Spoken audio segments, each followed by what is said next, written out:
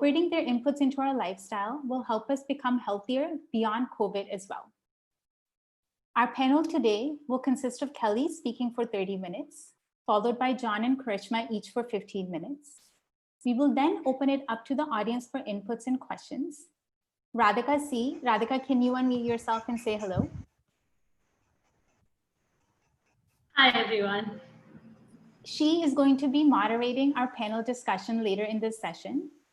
If you have any questions, please do message her directly and she will be sure to bring them to the panelists at the end of our session. We will also be sharing a recording of this session on our YouTube channel after today. With that, let me introduce our first panelist, Kelly Dorfman. Kelly has been associated with us at Gateway Mumbai since our inception and is a part of our advisory board as well. She's a licensed clinical nutritionist that specializes in targeted nutrition therapy to address complex medical problems. Cure Your Child with Your Food, her award-winning book about the surprising way nutrition impacts common childhood ailments, has been published in 8 different languages. Kelly lectures internationally and has been featured on numerous television programs and in periodicals. She currently teaches at Johns Hopkins University as an adjunct faculty member. Let's welcome Kelly. And Kelly, thank you so much for waking up so early to be a part of this panel. On to you. Thank you. All right, I am going to share my screen with everybody. Here we go. All right. Good morning. Or for me, it's good morning. I guess it's good afternoon or maybe even good evening for some of you. So today we're going to talk about really exciting things you can do in these uncertain times. The United States is having a hard time. I know India is having a really hard time with this virus, but a lot of things you can do to make things work better can be, are in your own control. I mean, you can't control what the politicians are doing or how this virus gets around, but there are a lot of wonderful things you can do. And so I'm hoping today will be an empowering exercise for everyone. So I just want to have a small disclosure about this. There is no known cure or proven prevention apart from avoidance for COVID-19. And actually avoidance is not even, it's not a cure, obviously, it's just avoidance. But all treatments and preventative measures remain experimental, but there are some things that can still, we're seeing clinically, seem to work well, but it can't be proven yet. So this presentation contains no medical advice. Talk to your doctor for any special questions concerning your family's health. So I thought I'd start with the bad news because you're always supposed to end on a good note.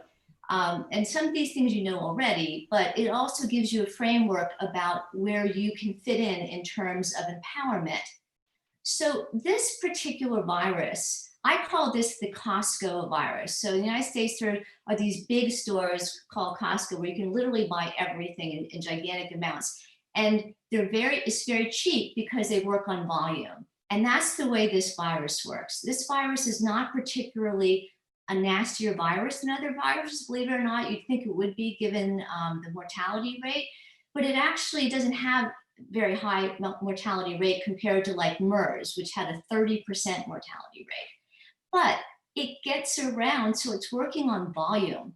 It's actually just spreading and spreading and spreading and spreading it and just catching as many people as it can, even if it's a small percentage. So it spreads very, very efficiently and it mutates really aggressively, which means that it just can adjust itself so that it can go on to the next person. It's very, very adaptive. All viruses are adaptive, but this one is a super adaptive virus. In fact, there's 31 variants of this virus that have been found more than 10 times. So it's 31 different varieties of it. And there have been thousands of single variations that have been found. So it's quite an interesting virus that way. We were hoping that in the hot weather, it would slow down, but it turns out that it's pretty heat stable, much more than a lot of viruses are. And unfortunately, it disproportionately affects lower income families, the elderly, those with asthma, obesity, and first responders. We think that it affects first responders more because of the volume, because they're constantly exposed to it, and that can overwhelm their immune system. Physical distancing, and I like to call it physical distancing rather than social distancing. I'm hoping you guys are all staying very social during these times, but at a physical distance. It will slow the spread, but it doesn't stop it. This thing really knows how to get around, and it's very, very, very tiny.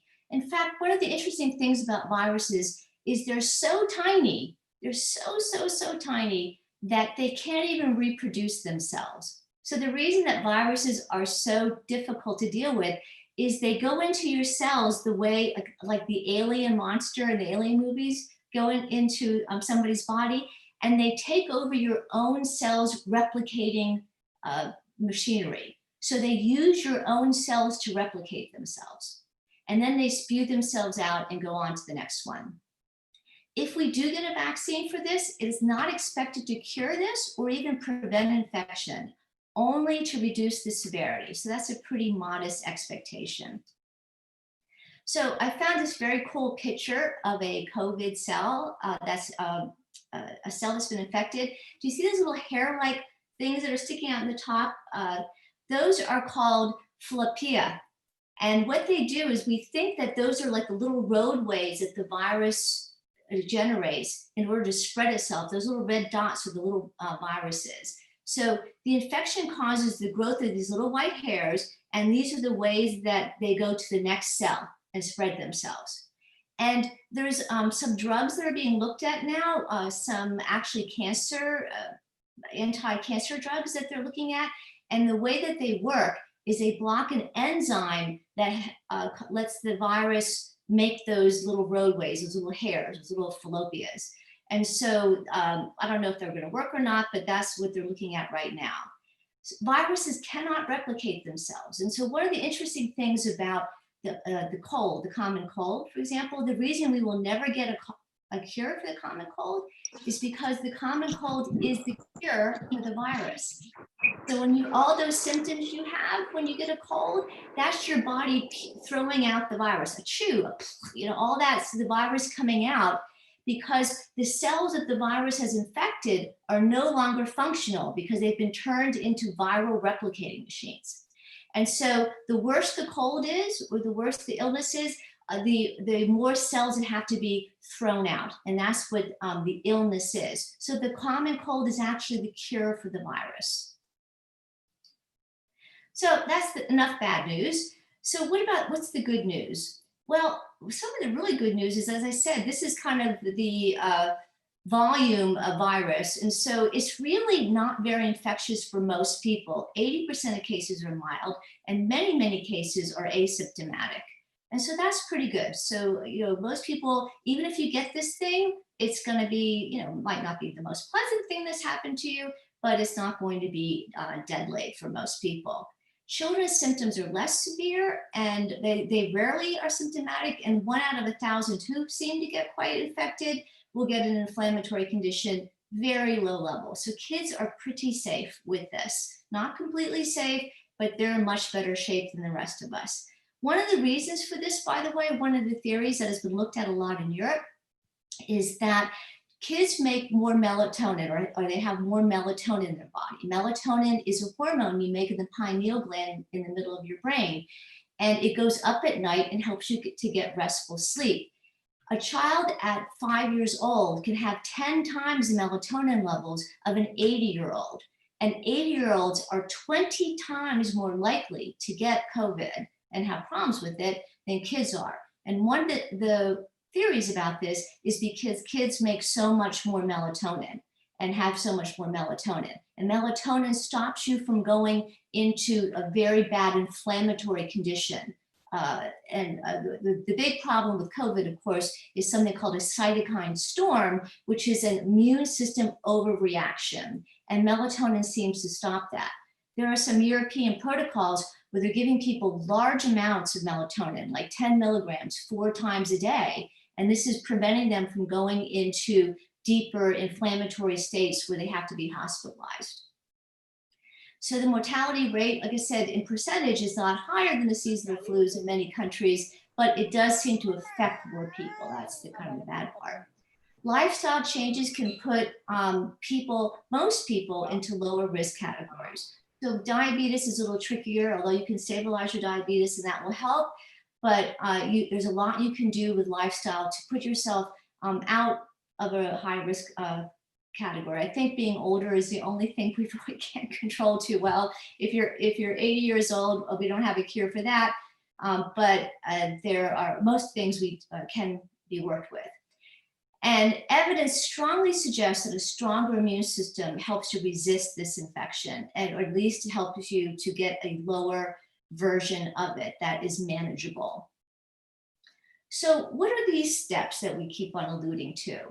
And I've broken it down into 6 basic steps. There's probably a couple other ones, but these are things everybody can do. And John and 𝗶𝗏𝗄 are going to talk at some depth about 2 of these steps more, but we're going to talk about increasing vitamin C intake, sleeping 8 hours a night. We can all do that, and since we're all stuck at home, we have plenty of time, right?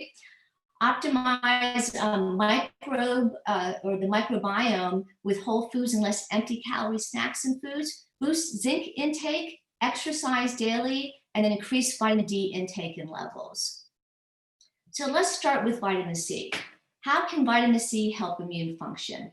Well, we've all heard, oh, I'm coming down with the cold, maybe I should take some vitamin C. Well, vitamin C is needed to mount and sustain an adequate immune response against pathogens. And of course, COVID-19 is an RNA virus, so it is a pathogen. How does vitamin C help immune function? It increases production of lymphocytes, which are one of your white blood cells. They're the fighting cells for the immune system. It helps neutrophils or other white cells migrate and get to the right place so they can fight infections better. They neutralize unstable molecules called free radicals because vitamin C is an antioxidant. It protects the skin by boosting collagen production. You know, your skin protects you from a lot of disease. When you get a cut, of course, that's a way for infection to get in. But the big way this virus gets in, of course, is through the nasal passages or through the mouth, if you're a mouth breather.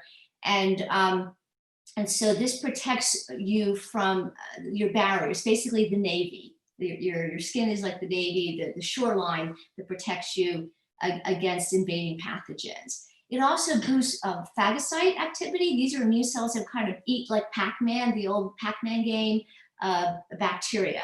And it also modulates cytokine activity. Cytokines are messenger molecules, and they can modulate inflammation. And of course, most people had not heard of cytokines before COVID-19. And we now know that when the cytokines storm and they basically overreact, that's the dangerous part of this virus. And vitamin C can modulate that activity.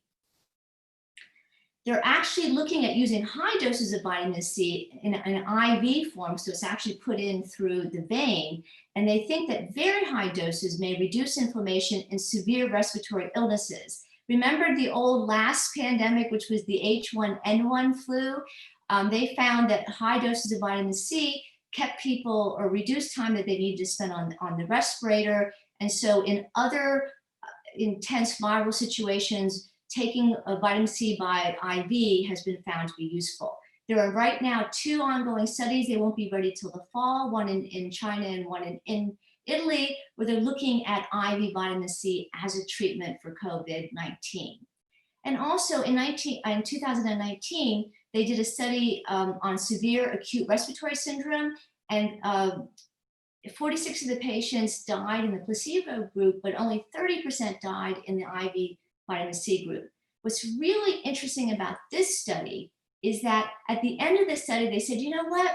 Vitamin C didn't do anything different that we could measure. So they looked at all kinds of white cell measurements, and they had all these blood measurements, and they didn't see a difference between the 2 groups, but like 50% less people died in the vitamin C group, but we don't know why. And this is a really good lesson about studies. We don't always know what we're looking at. We don't know what parameters, we don't know what we don't know, basically. So you could say, well, the study was a failure because all the parameters they measured were no difference between the 2 groups, but yet in the vitamin C group, about 50% less people died. I think that's a pretty good measure. So how do you get vitamin C? Well, it's usually found in fresh fruits and vegetables. Vitamin C is a very heat-sensitive nutrient.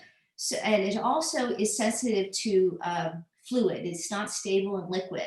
And so when you squeeze some orange juice and then put it in the refrigerator for a week, most of the vitamin C is going to be gone. by the end of the week. So if you're buying frozen orange juice, or you're buying orange juice like that's already made up in a carton, a lot of that vitamin C is going to be gone because it's not real stable. So also, they did a study once with green beans where they measured the vitamin C level of green beans in the field right after they were picked, and it was pretty good, actually. But by the time the farmer got the green beans back to the farm and they got them into a package, they got them in the store, there was almost none left. So vitamin C is a kind of a tricky nutrient, but usually you can see in this list of vitamin C foods, it's mostly fresh fruits that really are the vitamin C, and tomatoes. Once you cook tomatoes, the vitamin C, of course, is going to be gone, but fresh tomatoes could have some. So humans are one of the very few mammals. Guinea pigs are others, and there's a kind of monkey that make their own vitamin C. So if you have a dog or a cat, they're making their own vitamin C. So they don't have to worry about eating their oranges and their strawberries. But humans don't, so we have to take it in. And deficiency symptoms are weak immune system response. So that's ding, ding, ding. That's the big thing to note here. Bleeding gums is another deficiency symptom. Easy bruising, slow wound healing. So you can hear why this would be a nutrient of great importance during this time. Bright red hair follicles, there's these little things called petechiae. It looks like somebody took a little pin and went pop, pop, pop, pop. There's these little red spots you can get, and that can be a vitamin C deficiency symptom. Most people have heard of scurvy, but scurvy is a late symptom. So you'll have these other symptoms before you'll get one of the late symptoms. So vitamin C is the first thing, and you can also take vitamin C, by the way. You could get that in capsules. In the United States, it was hard for the first 2 months of the COVID to get vitamin C. Even in health food stores, they were all sold out.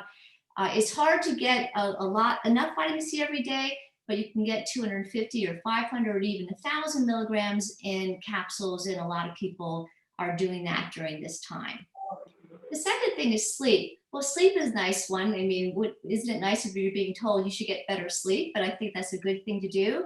When animals are forced to stay awake, the genes that cause cell death and stress start to turn on. And they did a really interesting large sleep study, and they found that when people slept poorly for just 3 nights a week consistently, they were 35% more likely to be obese, and they were 54% more likely to get diabetes. And those are both risk symptoms for getting this virus. And of course, not just this virus we're worried about, we're looking at risk symptoms for just general living. So this virus it's an opportunist. It's really knocking off people that are vulnerable.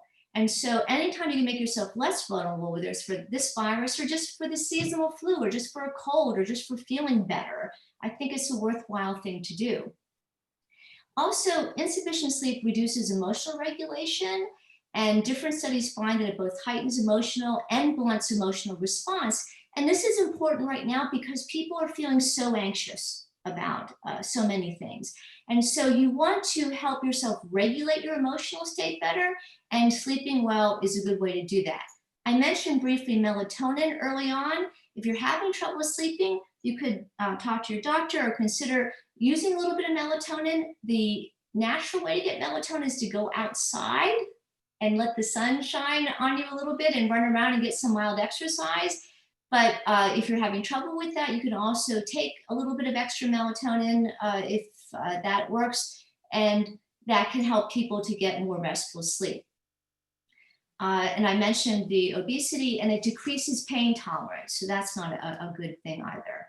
Sleep deprivation kills faster than starvation. It was Stalin's favorite form of torture because it makes people so vulnerable to emotional suggestions. I mean, it's a favorite thing to use if you're trying to influence people. You deprive them of sleep, and they're much more likely to kind of go along with you and do what you want because they can't resist.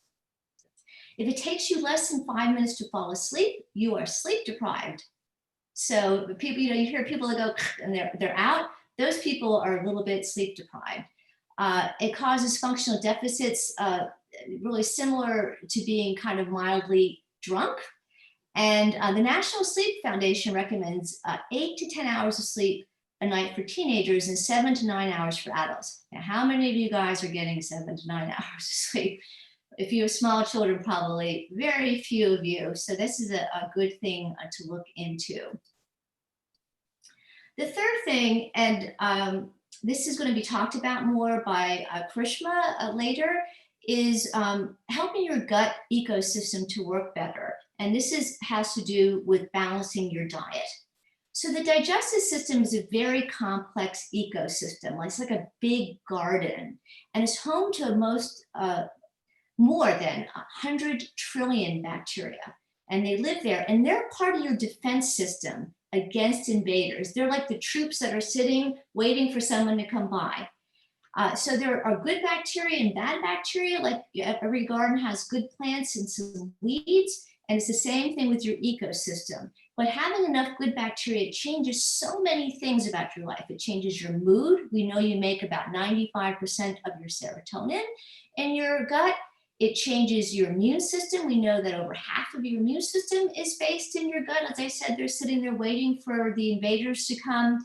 It changes, they're looking at allergies now. They know that the kind of bacteria that are in your gut changes your susceptibility to allergies. So there's a lot that's going in your gut that you may not be aware of. What we know specifically about COVID-19 in the gut is that more of half the people that have this infection have gut symptoms. So we always hear about the lung symptoms, but over 50% of people have gut symptoms also. And that's because there are receptor sites for COVID-19 in the gut lining. The COVID-19 goes in through something called ACE receptors, and they are both in your gut and in your lungs. We know that when the good bacteria in your body eat short-chain fatty acids, which are the kind of fats that are found in fiber, in good fiber in your diet, that it will protect you against allergic response and inflammation in the lungs. So a highly refined diet that's full of lots of processed foods and sugars and doesn't have a lot of these good fibers that feed the good bacteria will put you possibly at greater risk. So there was a study that was done. This was not in a peer-reviewed journal, and you'll notice it was 2020. And they found that the authors said that effective nutrition strategies for specific functional foods that will feed the microbiota, which is the good bacteria in your gut, may be really the cure or the important thing of the hour. That's what the researcher said. So think about your gut and how you're feeding it. And of course, people under stress crave sugar and carbs. So it's much more tempting right now to be eating ice cream and cookies for breakfast than to be eating a good meal because you're under stress. This is a natural stress response. I just mentioned this because I want you to be aware, is your body saying, give me some ice cream or give me some cookies, but you have to realize that that's part of the stress response and it's not accurate. And there's a whole lot of chemical changes that go along with that. But mild elevations of blood sugar over time causes blood sugar to bind to protein, and this increases more inflammatory chemicals. This is one of the reasons that people who are obese and people with diabetes have more susceptibility to this virus. And there's also a link between diet quality and academic performance. And perhaps if we do a second round of this talk, we'll talk more directly about how that works. But just so you know, the brain is only 2 to 3% of the mass of your body, but it uses 22 to 30% of your energy. So what you're eating is also affecting how you're thinking about things. So if you're feeling kind of depressed or kind of anxious at this time, this would be another way to go after that, is by looking at what you're eating. And again, 𝘗𝘶𝗵 will talk more about this. Our basic good diet principles is we're going to have more anti-inflammatory foods like fish if you're not a vegetarian, whole fruits and vegetables, and green tea and water and olive oil and the good oils, and nuts and seeds and leafy greens, very, very important, and a lot less of the processed foods, sugar and ice cream and cookies and seed oils. And then the fifth thing is increasing zinc, because zinc is very important for immune function. Zinc deficiency causes immune deficiency, and zinc is a kind of a tricky nutrient to get in the diet for a lot of people, and it's very low in refined diets. It's needed to create antibodies and activate immune cells called T lymphocytes, so that's really, really important. Many colds are caused by coronaviruses, and you can get these zinc nasal swabs, which I don't recommend as much, but you can also get zinc lozenges that they recommend to help to prevent or at least cut the duration of the cold.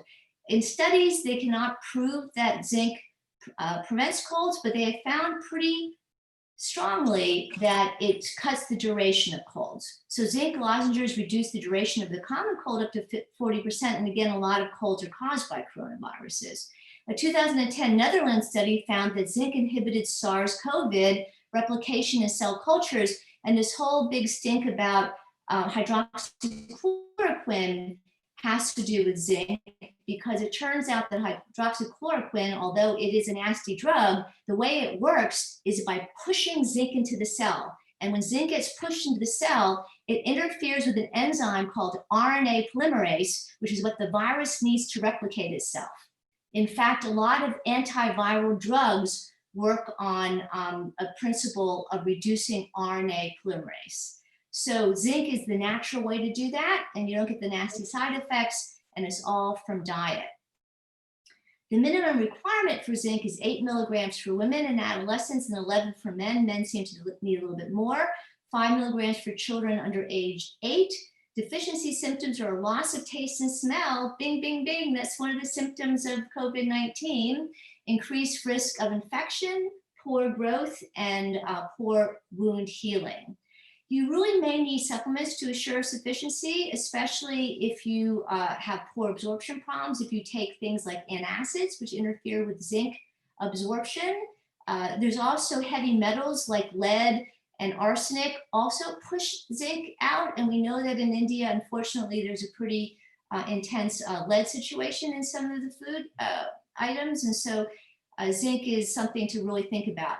You want to avoid zinc nasal sprays because sometimes they may interfere with your smell. And that's been one of the interesting side effects with it. And if you take way too much zinc, it can cause stomach discomfort and imbalance other minerals. Zinc is potentially toxic, although there are not many cases of that happening. You have to really go crazy to do that, but it is a mineral and it can build up. Here's just a quick source of some of the higher zinc things. You'll notice that most of the really high zinc sources, unfortunately, are non-vegetarian. It's a little trickier as a vegetarian to get enough zinc. You'll see that there's 3 milligrams in 100 grams of lentils, but there's 47 milligrams in oysters. Now, oysters are way up there, so we shouldn't even count oysters probably, but there's 15 milligrams in some zinc. So that's 5 times the amount of zinc in an equivalent amount of meat compared to beans. So if you're following a vegetarian diet, you have to be really careful to eat your legumes, and also yogurt is a mild source of zinc. And John talked about exercise before in previous these presentations, but I just want to mention that this is the time to exercise. And I know it's hard if you're living in an apartment, you can't get outside, but we know that it improves depression in studies. It reduces stress hormones, cortisol, and it helps your airways possibly to flush out microbes, which would be really important during this time, and increases white blood cell, immune cell circulation so they can detect illness faster. And John will be talking some more about that later too. And finally, vitamin D. Let's just spend a minute talking about this. Vitamin D you can get from sunshine, so this won't cost you a dime as long as you can get outside a little bit. It is technically a steroid hormone.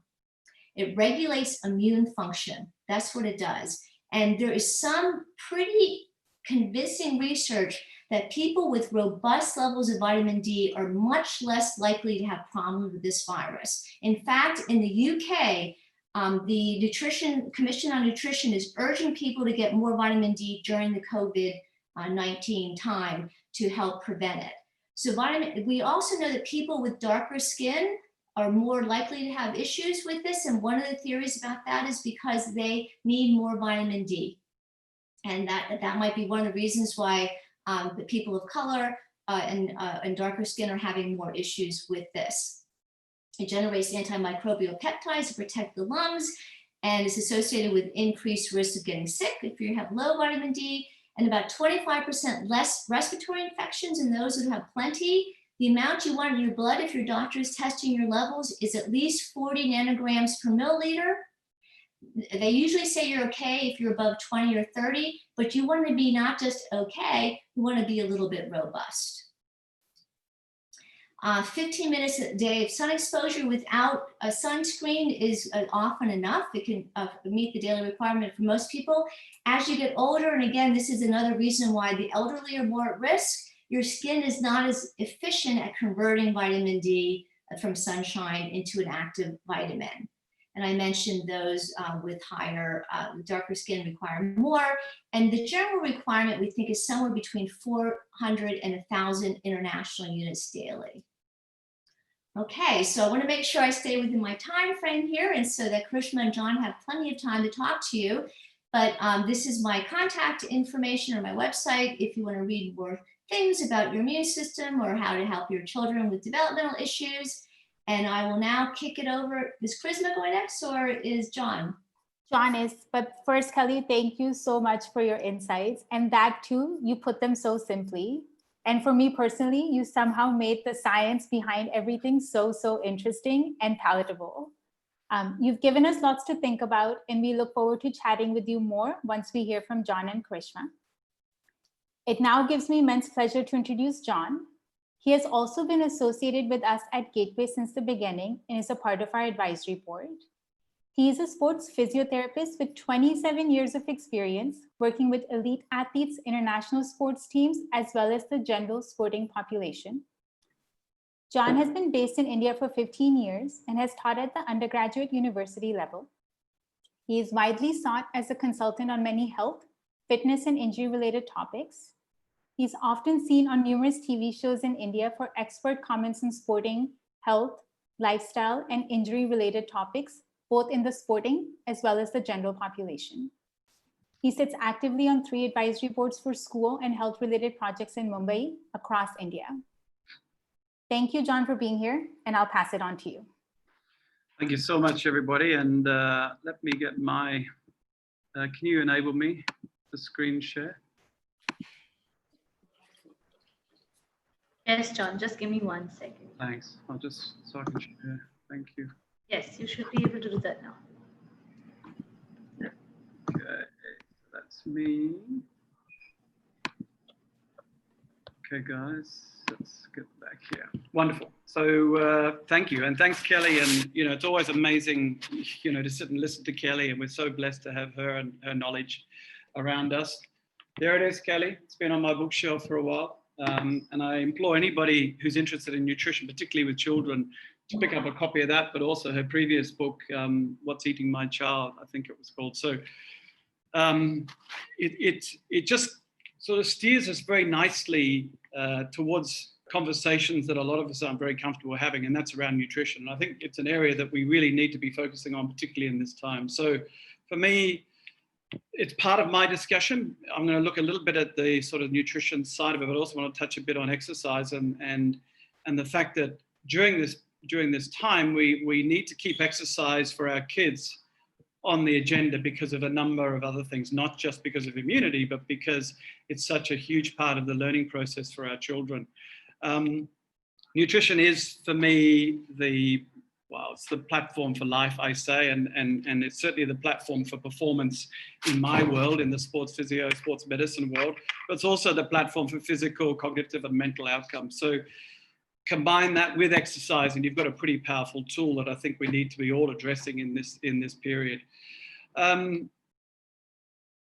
just want to sort of deep dive a little bit. Obviously, you know, Mary Meeker's, most people will know Mary, a very big, prominent American VC, but you know, this is the time for a wake-up call for all of us, I think, and it's what we need to get into a better place. And we do have that opportunity now to get into a better place. And it's a great opportunity to bring certain things to the table, and one being nutrition that Kelly's beautifully touched on, but I think exercise needs to be on that table as well. And I brought this piece up, and I want you all to read this. I know it says this generation of Americans, but it's actually relevant to pretty well everybody worldwide. And it's pretty sad to know that this generation of kids is the first generation in the history of mankind that's not going to live as long as the previous generation. That's purely on the back of lifestyle and nutritional choices. So I think there's a pretty hard message there that we all need to take serious notice of. And that's why I brought it up. And that's why I'm so happy that you guys have brought this conversation to the fore, and not just because it's about COVID and making us more immune to the COVID situation, but these are practices and health practices that we should be taking forward with us post-COVID that are going to positively help and influence long-term health outcomes for our kids, but also for ourselves. So this COVID situation, I believe, is a perfect opportunity for us to really work hard on some of these critical things. This is the wake-up call that Mary's talking about that we all need to be aware of. For me, this is the wake-up call here. And we all know that there's a large relationship, like Kelly was saying, between obesity and diabetes-related illnesses, and also the morbidity rates of COVID-19. So what we now have is we have the motivation to change, okay? To keep our kids safer in COVID is certainly a motivation that I think it is. We now have the time to change. I've always said that, time is an athlete's best friend, but I think it's everybody's best friend. It's probably the most important ingredient now for all of us. We've now got time to address these things. We have the environment to change. I talk about the home environment being one that we can control. And particularly as 𝘮𝑐𝗵𝘆 will talk about a bit later, we can control how we cook in this environment and how we exercise in this environment. So there are two key areas that we can control. So we can control our environment at the moment, and we have the resources to change. You've got a wonderful resource in Kelly, in myself, and then in 𝘮𝑐𝗵𝘆. So we have the resources here also to help us correct and change the directions that a lot of us are going in. And they are environments. Kelly talked about what can you and can't you control, and nutrition and exercise are definitely the two things that we do have control over. So for me, it's all about overhaul time. In the last 4 months, my main source of messaging is about this is a wonderful time for all of us to overhaul our practices. So when it comes to immunity and health, they're intimately linked with nutrition and also exercise. And I've lumped them all under the lifestyle sort of umbrella, if you want to call it that. I said that exercise was important for immunity, but I do think that exercise has to be on the table for numerous other agendas. And that's what we're going to talk about in a bit. Why?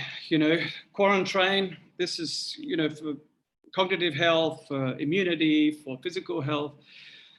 Quarantine is the BJSM Sports Medicine Journal talks about quarantine. I love this terminology, that we can continue to train, we can continue to exercise, we can continue to be functional, physical human beings during a period of quarantine. Nelson Mandela, for the 18 years that he spent in his small, tiny cell in Robben Island, and I've been there to sort of see that, he talked about how important it was for him, particularly for his cognitive function, to maintain a vigorous exercise routine. So it has to be part of the daily routine for all of our kids. And this is a great opportunity to change those exercise habits of our kids as well. So I want to use exercise and physical activity, and I put it in, under the sort of whole umbrella of physical activity, to make more durable people, but also to particularly make our kids more durable as well. And I think that is the need of the hour. I want to make sure that kids are motivated to move for life.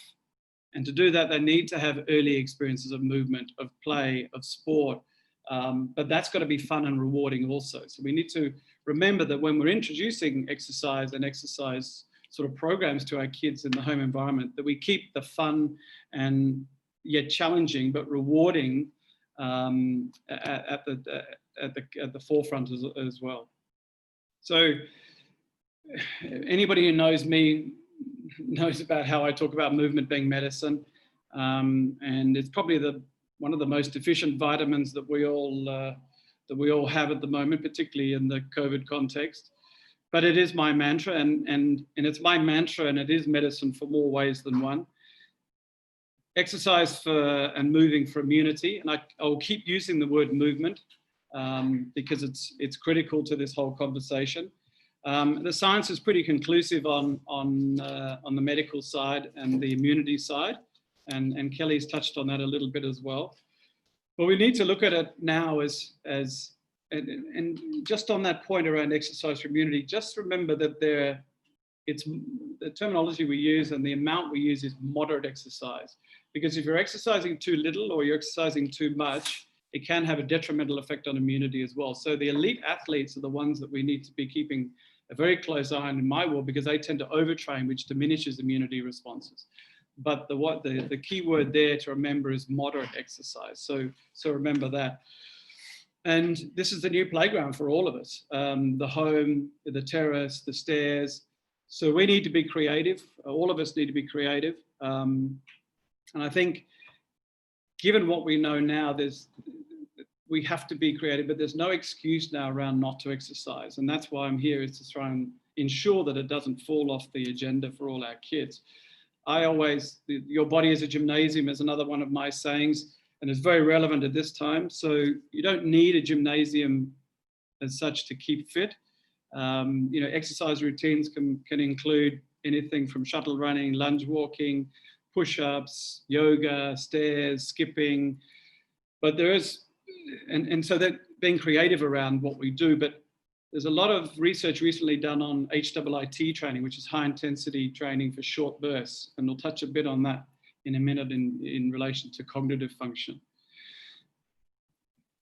Movement for me, again, at the core of all learning. And most educators, as we know, talk about learning from the shoulders up, but we need to embrace the concept of learning from the shoulders down.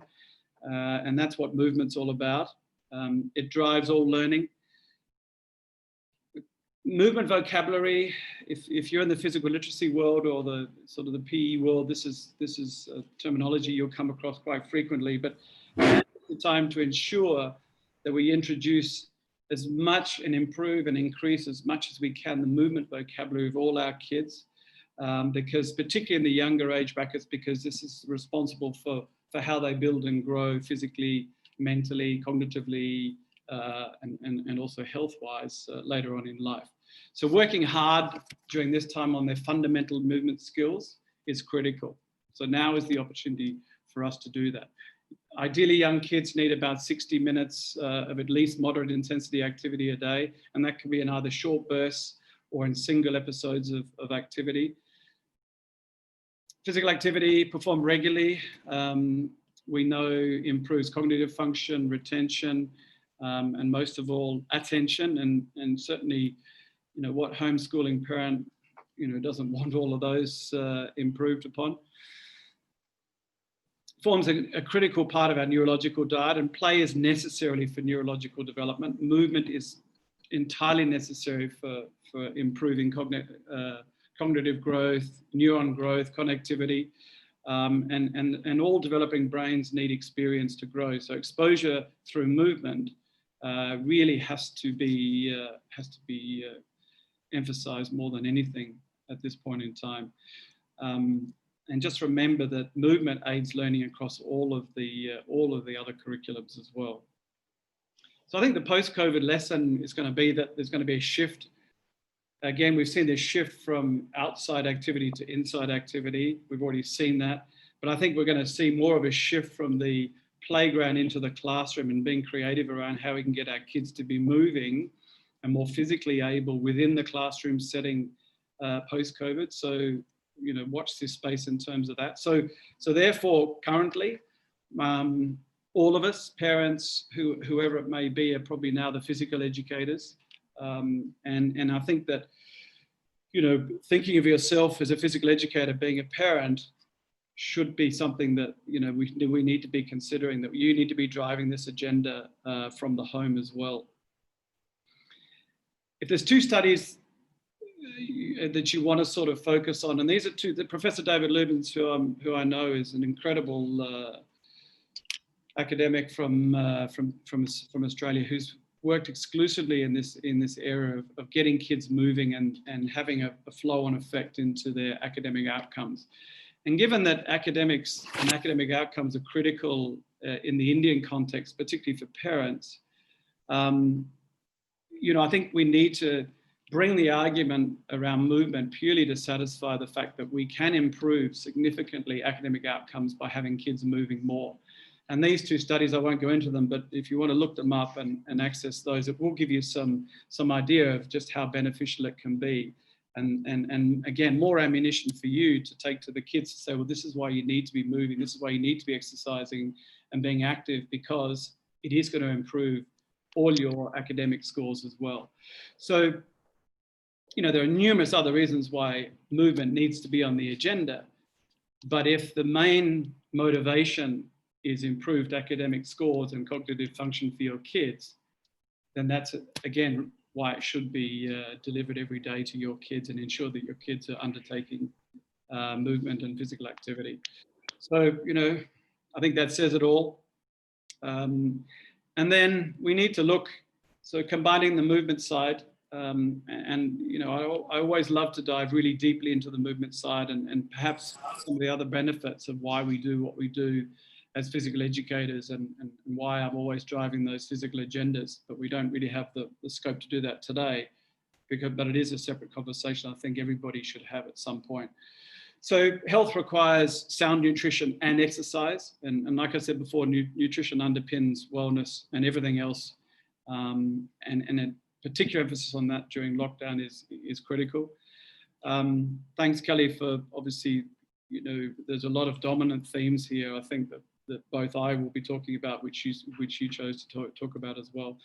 But if there are some key takeaways on the nutrition front from my end, and this is the consistent messaging that I've been giving, not just through COVID, but pre-COVID, because everything that I say that's relevant to COVID is particularly relevant to all my athletes and elite level cricketers and sports people as well.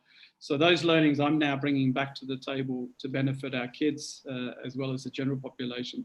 So the key messages for me, I think one thing we need to understand is, and if there's one thing you take away from this talk, it's this difference between hunger and craving. And when you feel hungry, just ask the question, am I actually hungry? Because physiologically, the human body really doesn't get hungry unless it's extreme exercise conditions in under about 12 hours. So if you're feeling hungry in under that period, it's probably more a craving than a physiological hunger as such. And that's because we're so used to triggering that reward center in our brain that with other foods that particularly that raise blood glucose and therefore trigger the dopamine trigger. So are we hungry or are we not hungry? And just sort of remember that sensation of being hungry is probably something else. So look at what you've been eating, and that will probably answer the question for you whether you're hungry or not. The other one is the anti-inflammatory foods, which Kelly's wonderfully highlighted as well. Inflammation is the source of all disease. So I think, having as much in the way of anti-inflammatories in your system from food is critical. If there's two words that you want to take away from this, it's those two words there, right there, real food, and those two categories that Kelly highlighted also. You would have seen that in the category on the left, which were the anti-inflammatory foods, they're pretty well all real foods. They didn't come out of a packet. They weren't in a jar. They weren't in a screw top container. So think of real food. And my favorite down the bottom there, no sugar. And again, Kelly really, and I'm drilling down on this because I think, this understanding and getting back to some of the basics of nutrition is critical. And because we now do control the environment, which is the kitchen, we can put a lot of these practices into play. So there's a huge emphasis for me on this last one, no sugar. And I'll just, again, Kelly's highlighted a lot of these. Increases inflammation, triggers that reward center in the brain that I mentioned before, which then causes you to reach for things, crave for things which aren't necessarily good for you. They're normally processed foods or foods high in sugar. The interesting one that I think is that also we saw how valuable vitamin C is. And interestingly, vitamin C and glucose compete for the same receptor site on the cell. And glucose generally tends to win that fight. So it reduces the effectiveness of sugar, and elevated blood glucose levels diminishes the effectiveness of vitamin C, excuse me. So that's really important to remember. We talked about glycation. Glucose is very sticky. It sticks to everything that it shouldn't, but particularly to proteins. And proteins are the building blocks for your immune system. So if they're not functioning efficiently, then your immune system is compromised. Sugar also increases fat storage. It's particularly in the liver. So all these things are critical for good health outside of the COVID times as well. Okay, so all the lessons that we're learning now, all these habits that we're changing now, I think are going to be valuable for you all going forward. And ultimately, sugar is not essential for human survival. So what should we be eating? Just very briefly at this time, we went through a wonderful list of Kelly's, the pro-inflammatory versus anti-inflammatory foods. But if you want to break it down, and this is coming from 𝗪𝘗𝘗, there's two posts on the right there. 𝗪𝘗𝘗 is the world's leading sports medicine center in Qatar, and the foundation of a lot of really good research. You know, they're saying that we just got to cut right back on the processed carbohydrates during this period. One, because none of us are exercising as much as we normally would. So therefore, you're just going to put on weight, but also because of the inflammation side of it. Let's up our clean proteins and healthy fats much more than we normally would. Increase our high fiber fruit and vegetables. And I've put also there to try and avoid wheat where possible as well, purely because of the inflammatory nature of the modern wheats versus the ancient grains, which is, again, another whole conversation on itself that I think at some point we should all unpack.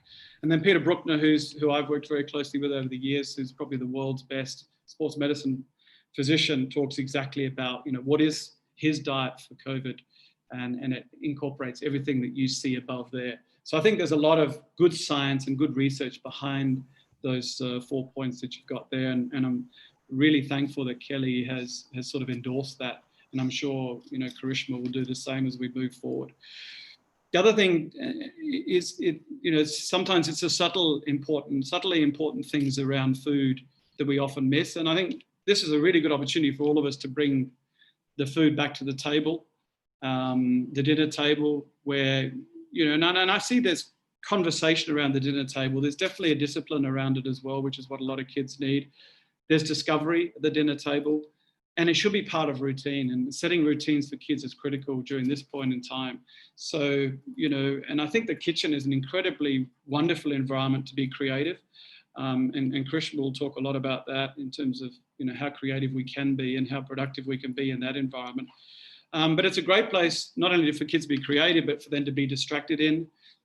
They have a lot of fun in there, and they can explore. But most importantly, they're taking control over what they create in there and what they make being healthy. So I think that's important. So ultimately what they eat is being controlled within that environment as well. And the chef is effectively the doctor of the house, and the kitchen is the medical clinic. So always think about it. So there's much control as you can take over that domain, the more important it's going to be for your family as a whole. I really, I'm so glad Kelly put this in, because this for me, you know, I think it's the next most important medicine next to nutrition and movement. And it's always going to be in any conversation that I have about what are the critical things that you should do during COVID. So thanks, Kelly, for bringing that to the fore. Shane Warne, back in whatever it was when I first interacted with him, always said that sleep is the best medicine, and I'll never forget it. And the more and more that I've been involved with elite level sport, but also with kids, the more and more I understand just how important those words were when he said them to me many, many years ago. So do not compromise on sleep. That's your own sleep as well as your kids' sleep. No matter what anybody tells you, Kelly had it beautifully put there, is that 8 hours per night per adult is critical, and for kids even more so, so more than that. And just again, to touch on some of the sort of more important points is around the function or poorer function for kids, particularly in cognitive function, performance, mood, disturbed glucose metabolism, and ultimately immune function compromised due to poor sleep. Weight gain and obesity, we saw the relationship between obesity and COVID. And I think one of the drivers of obesity and being overweight now, we've often sort of not really directed at sleep, but sleep is now coming to the fore as one of the key drivers around being overweight and obese. And it's through hormone regulation. Those hormones are the hormones, one is cortisol being one, which does have a direct effect on diabetes and obesity risk. But also the other two that we look at is ghrelin.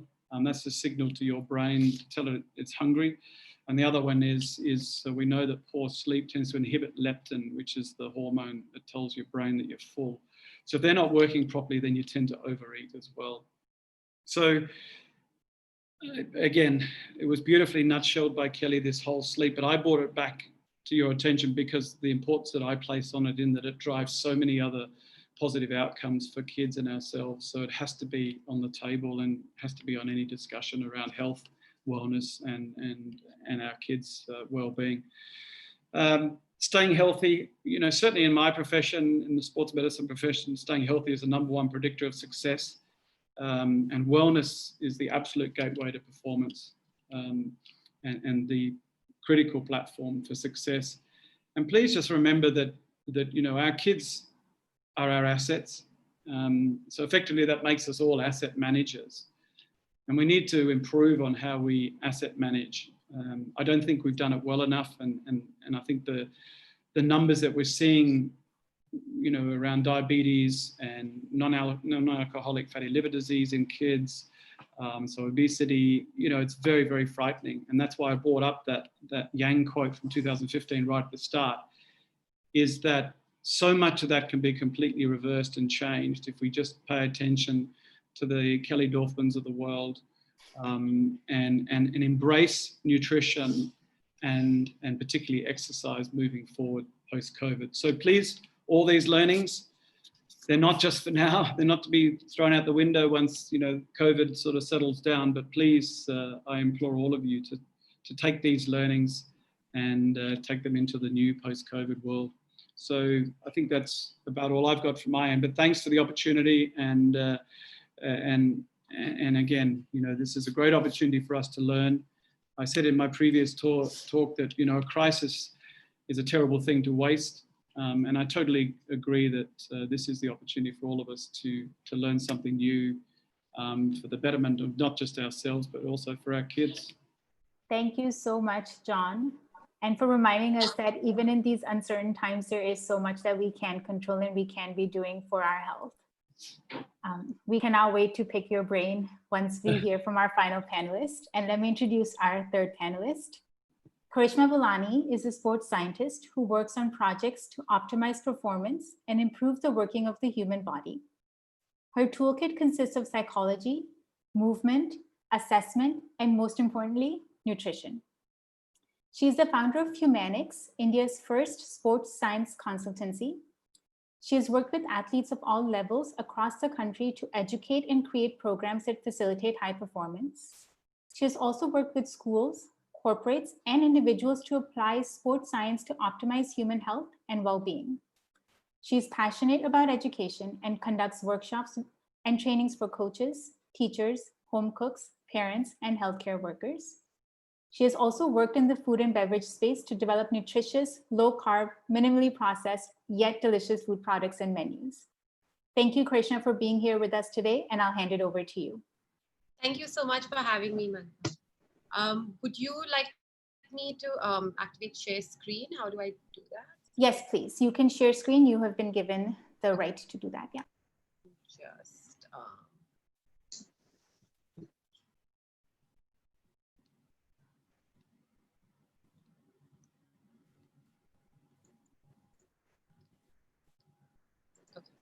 So I just want to start by saying thank you so much for having me on this panel. It's an absolute honor to be here.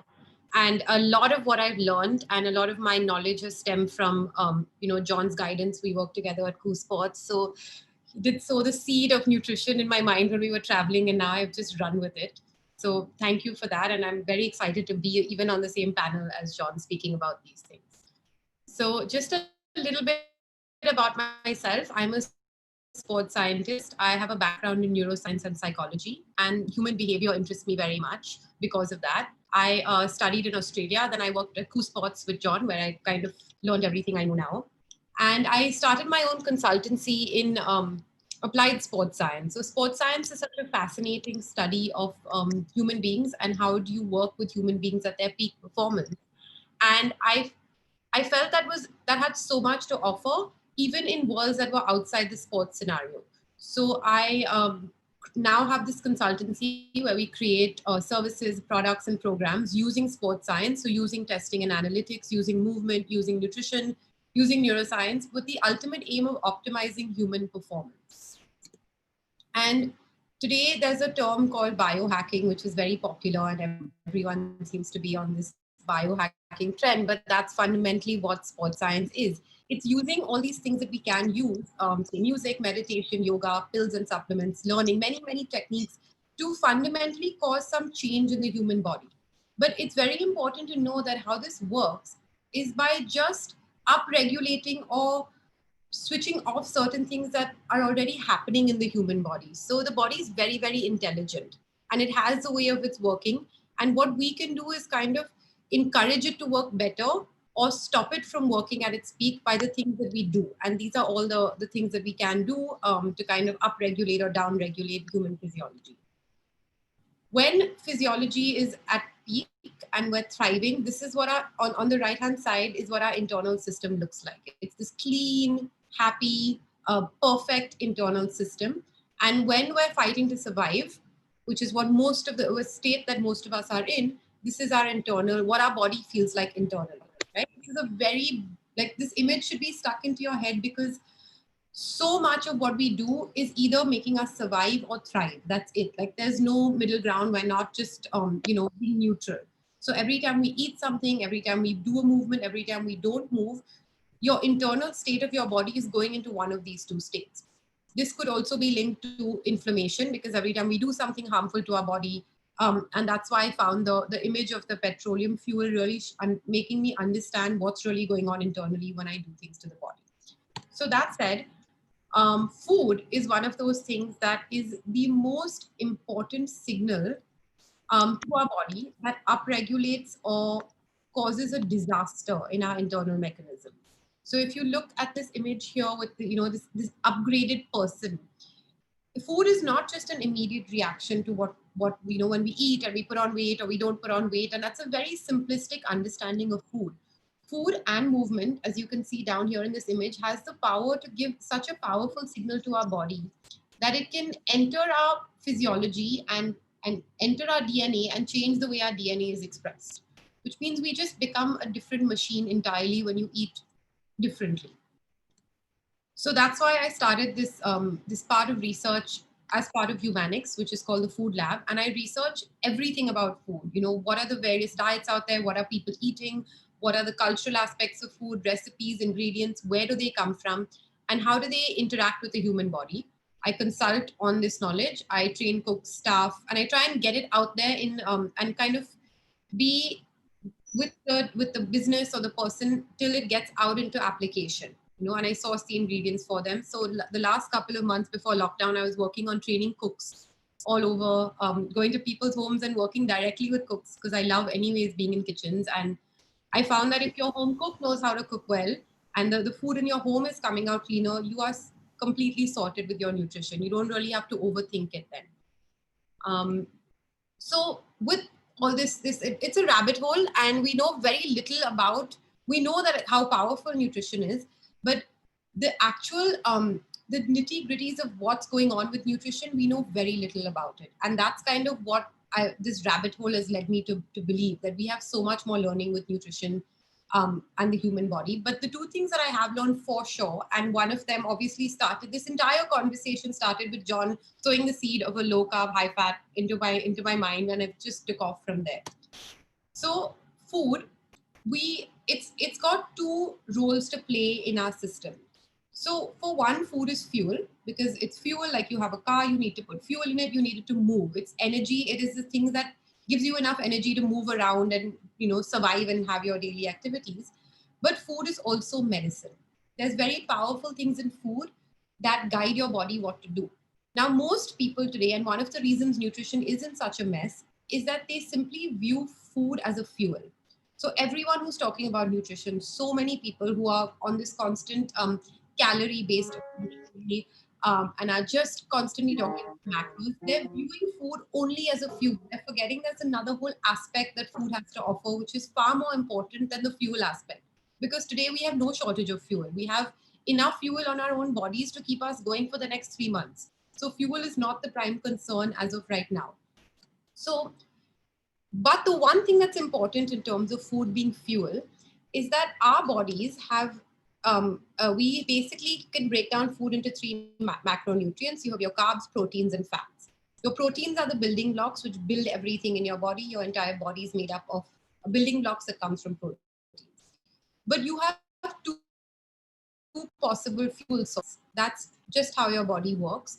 And you can fuel your body with either carbohydrates, which is sugars, or you can fuel it with fats. Now, if you think of your body like a, like a hybrid car, where you have a fuel tank and you can also run it on electricity, ideally you would want to run it on the battery. Ideally, you want to run your car on a battery operated mode because it just saves energy, it's more efficient, it's cleaner. You have the fuel tank for an emergency situation when you need to, zip away from somebody that, you need to do something very high intensity. You have that option as well. But ideally, you want to be running on your battery operated motor. Now, our body is exactly like that. Very, very similar. We have 2 fuel engines and we can run on both. But what happens is the food that you give the body tells the body what fuel to burn, right? So if I'm eating fats, I'm telling my body burn fat. I'm not becoming fat. If I'm eating carbohydrates, I'm telling my body, look, there's so many carbohydrates out in the environment. We have no issue with energy. So let's burn carbohydrate for energy.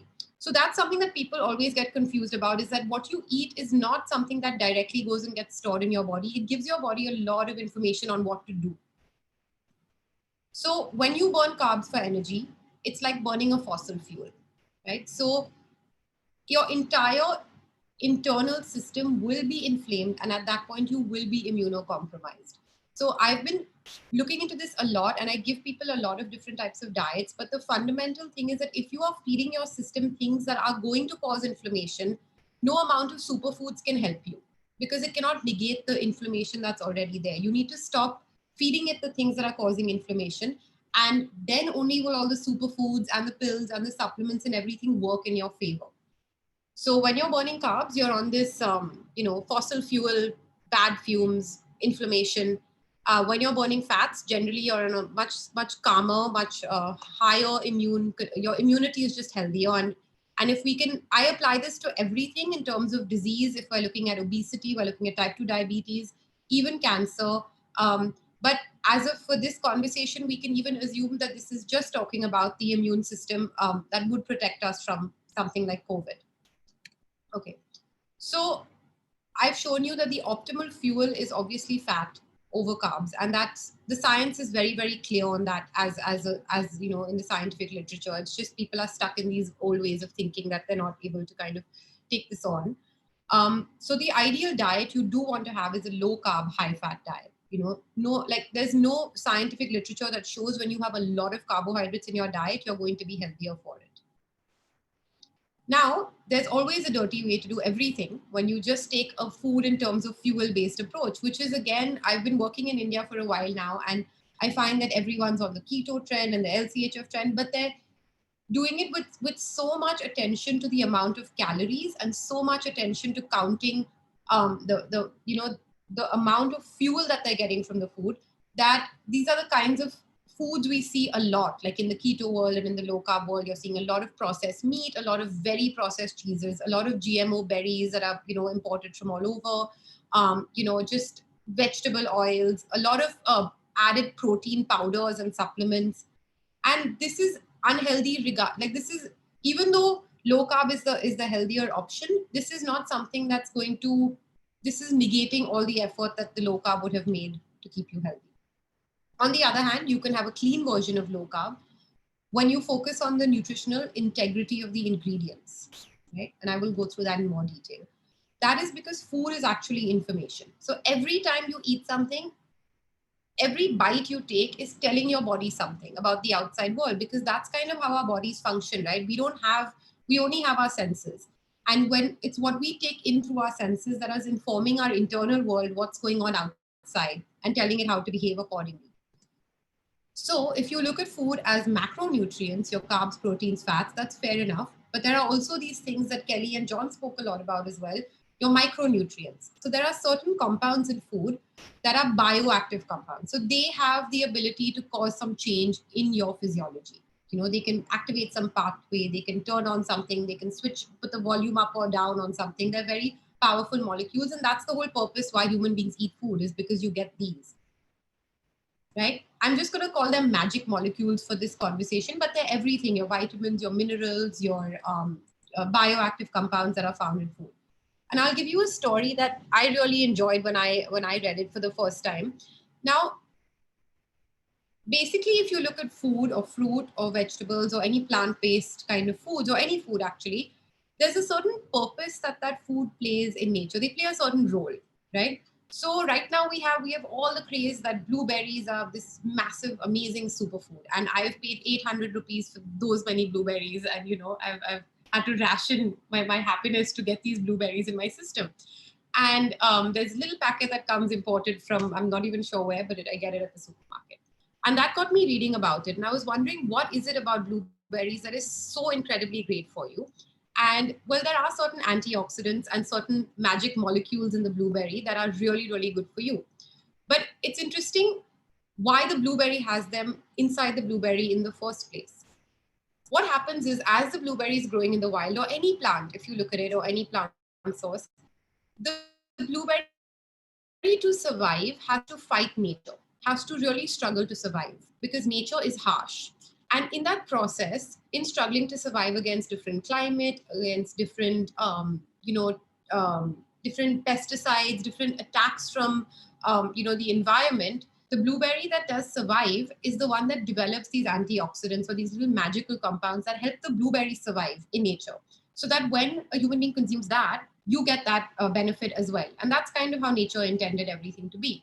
But what we have done is we've started cultivating everything. So we basically just mollycoddle the fruit, and we say, okay, we're not going to let you have any pesticides. We'll spray it so you don't have that issue. We're not going to, expose you to any temperature conditions, so you're immune to that as well.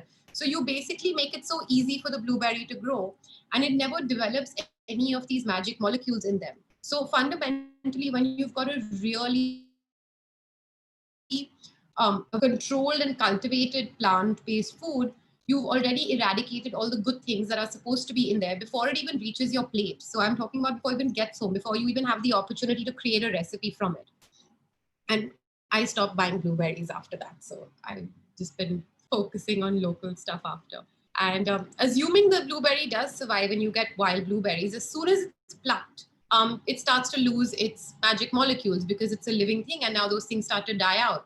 But we pluck it as a human race, and then we put it in, we send it from one city to the next, we send it into storage, we go send it for packaging, then we fly it across the globe from, South America to India, and then we send it to the supermarkets, and then we go and pick it up from the supermarket, and then we eat it. So by the time it's reached us, I can assure you there is almost zero of the magic molecules left. So you're just having a little purple colored, like globule. So these molecules are what is the reason that our body thrives when we eat good food. And that's why they put us into this amazing state of thriving. And this is a very general, broad overview of what's going on.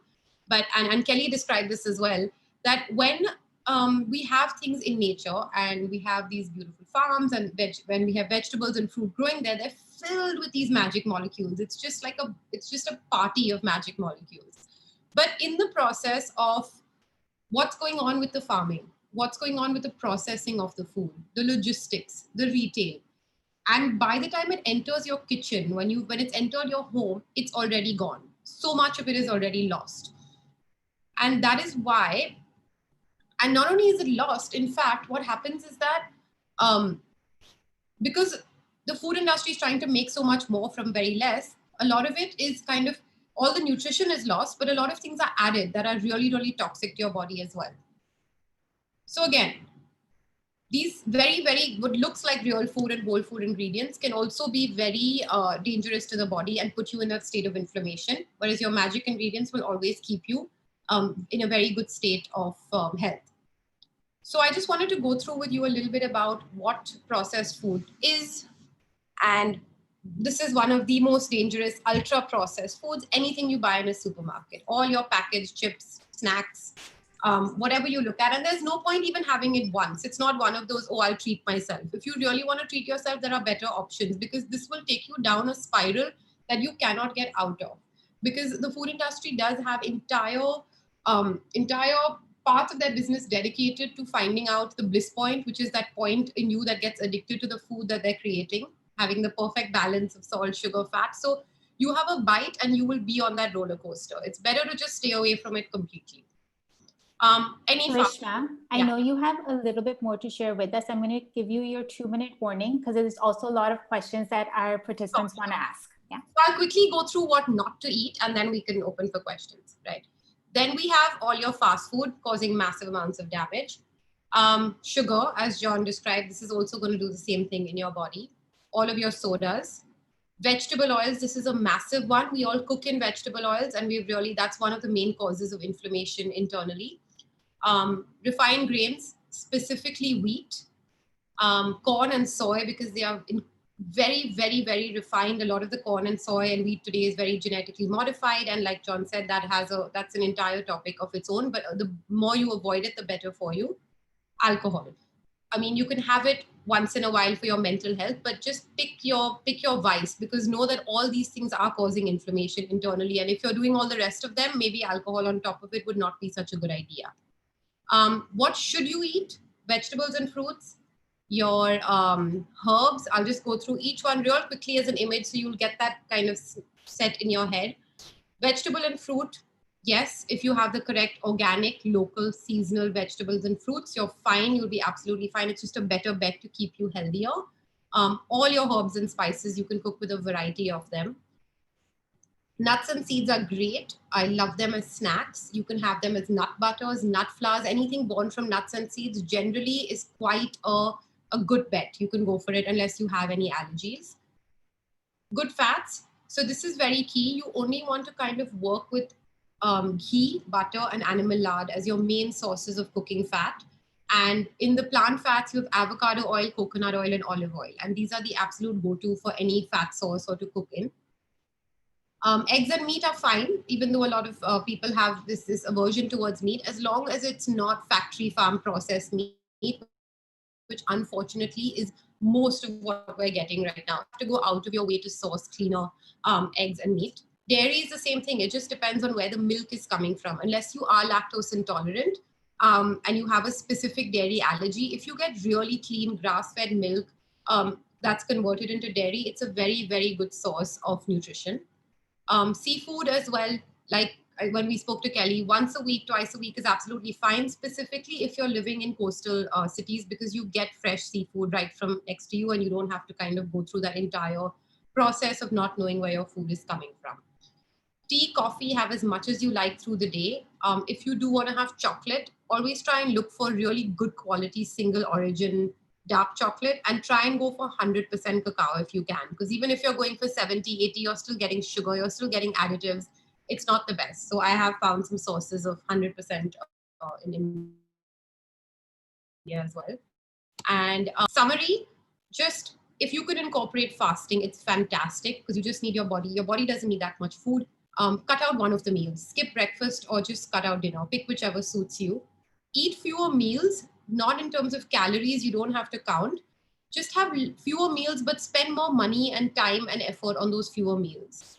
And make an effort to source quality ingredients.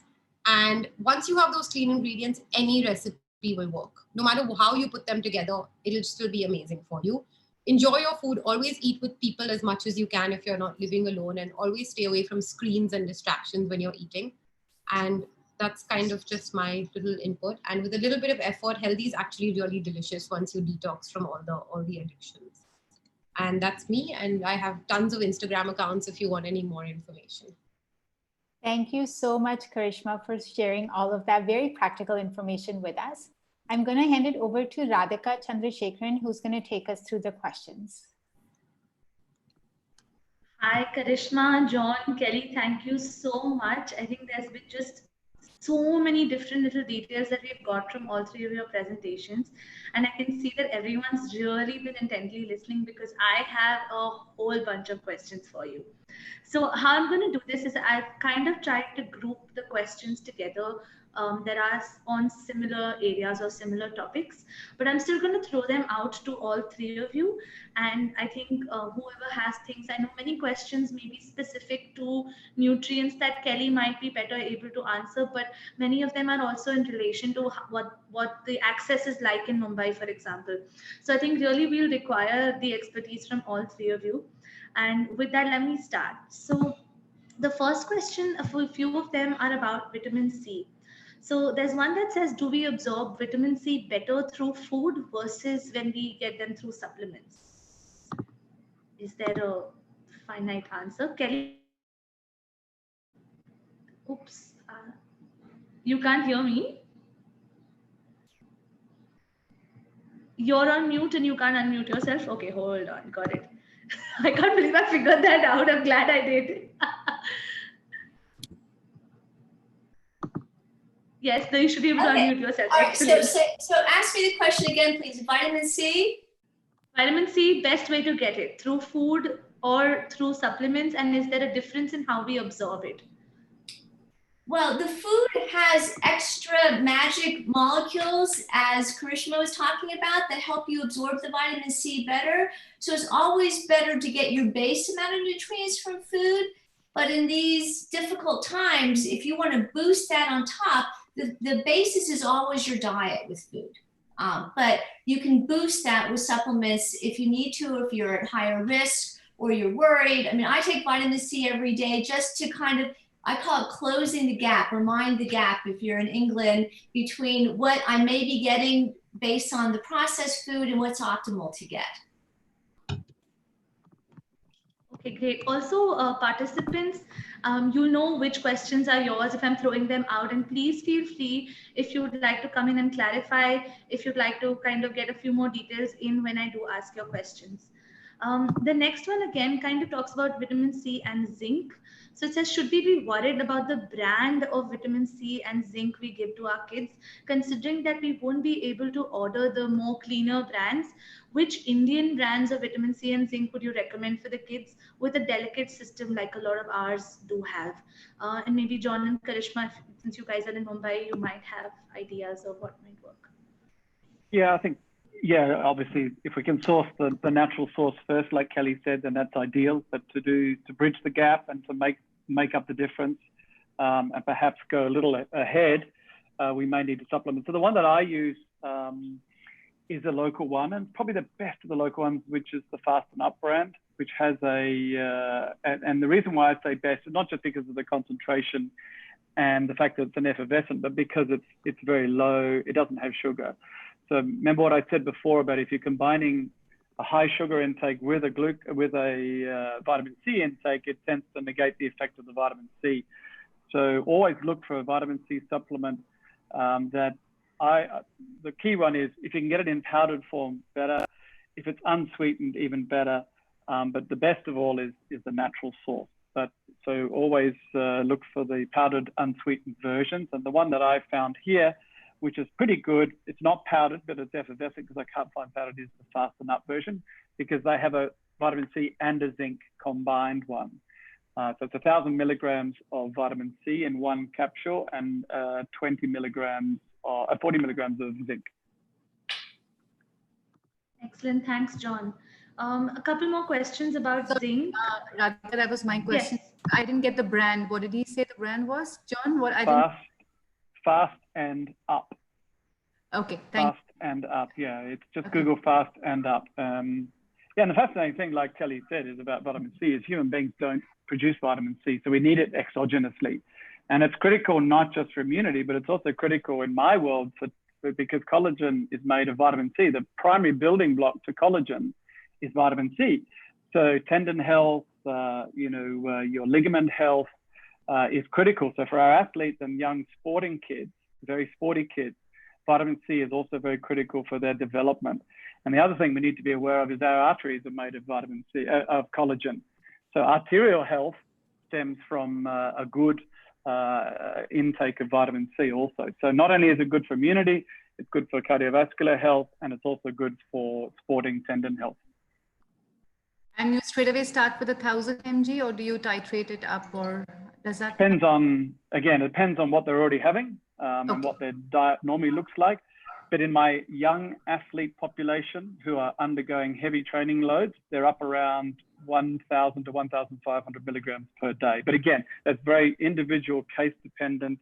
I know their histories, I know their nutritional histories, I know their blood histories, I know their CVD history. So again, it has to be case by case, but Kelly may want to contribute a little more there. But from an immunity perspective, I think they say usually up to around 1,000 milligrams, but I'm looking for the plus because of the loads that they're also putting their systems under that may require a little more. But remember that vitamin C, if the human body doesn't require it or doesn't use it, it'll tend to just push it out of the system anyway. Okay, thank you. Excellent. We have actually a lot of questions, and I know that we're already pushing 5 p.m. here in India, and probably pretty late for everyone else as well. I'm going to continue to ask them, and I hope that I'll get through as many as I can. So the next one's again about zinc. I'm clubbing a few together. One big question was that, Kelly, in your slides, you had mentioned that the requirement of zinc was 8 milligrams for women and 11 for men. Was that per day? And what is the ideal requirement? And the second bit is, again, what's the best way for it to be absorbed by the body? Somebody had written about how it comes as sulfates, and which form is the best way to absorb zinc? Okay, it's an excellent question. Before, I have to just make a comment, John, about your presentation. I couldn't help but notice how much you look like Shane Watson. Yeah, because Shane, and the reason why I had that little Shane Watson picture on there was because he's part of this foundation in Australia called Sugar by Half, where he says in that, and I didn't pick it up, I didn't allude to it, but in that little caption it said that he's so disappointed to know that his children are going to be growing up in an environment that is where they're not going to live as long as he is. So I think it's really sad. And Shane's a big sort of, he loves kids' health foundations, and he's heavily involved in that. So thank you. It's a compliment from my end as well. Yeah, and I'll also be looking at my kids as asset management from now on. That'll help. Yeah. So as far as zinc goes, you have to realize when people say daily value, United States or other countries where governments set a minimum requirement, they are minimum requirements. These are the requirements that prevent usually 2 out of 3 people from developing a deficiency symptom. So talk about a low bar. I mean, that is like an absolute low bar. So when we put these numbers up, this is what you want to do just to get a D-, as it were, in life. So that would be what you would want to look at those from. And in terms of the form, I try not to use zinc sulfate very much because it tends to upset people's stomach. So if people have touchy stomachs, the zinc sulfate is not as, can be problematic. You can get other kinds of chelates. Chelate, CHELATE, just means a binder. And the larger the binder is for mineral supplements, the easier it usually is on your stomach, but also the less you get per capsule. Now, zinc is a small mineral, so you can get a lot in a capsule, but a chelate would be good. A zinc citrate sometimes, although you want to take that with food, will absorb pretty well. A gluconate is another chelate that absorbs pretty well. So there's picolinate. So there's a bunch of forms of zinc that I think are better than the sulfate. And just to kind of wrap up, going to interrupt for a second. Before we continue the question, since it is 5 o'clock and a lot of people may have to leave, we're just going to launch a quick poll, which will take 1 minute. And after that, we can stay on for another 15 minutes, Radhika, to just wrap up the questions. And as people have to leave, they can. The poll should be on your screens right now. So please do take a few minutes, a few seconds and fill that in. Thank you.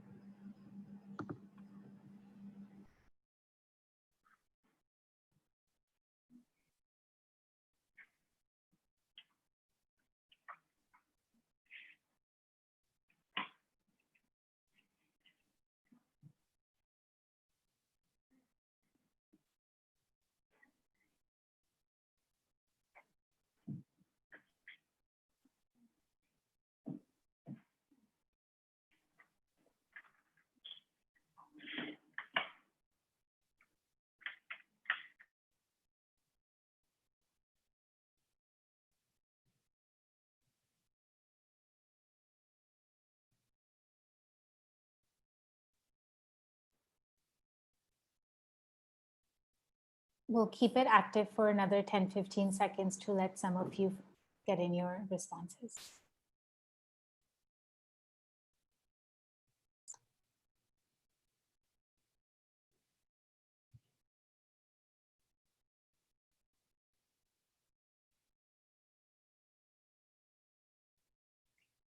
And just let people know they can also send in some questions and we can always answer them off screen if people have.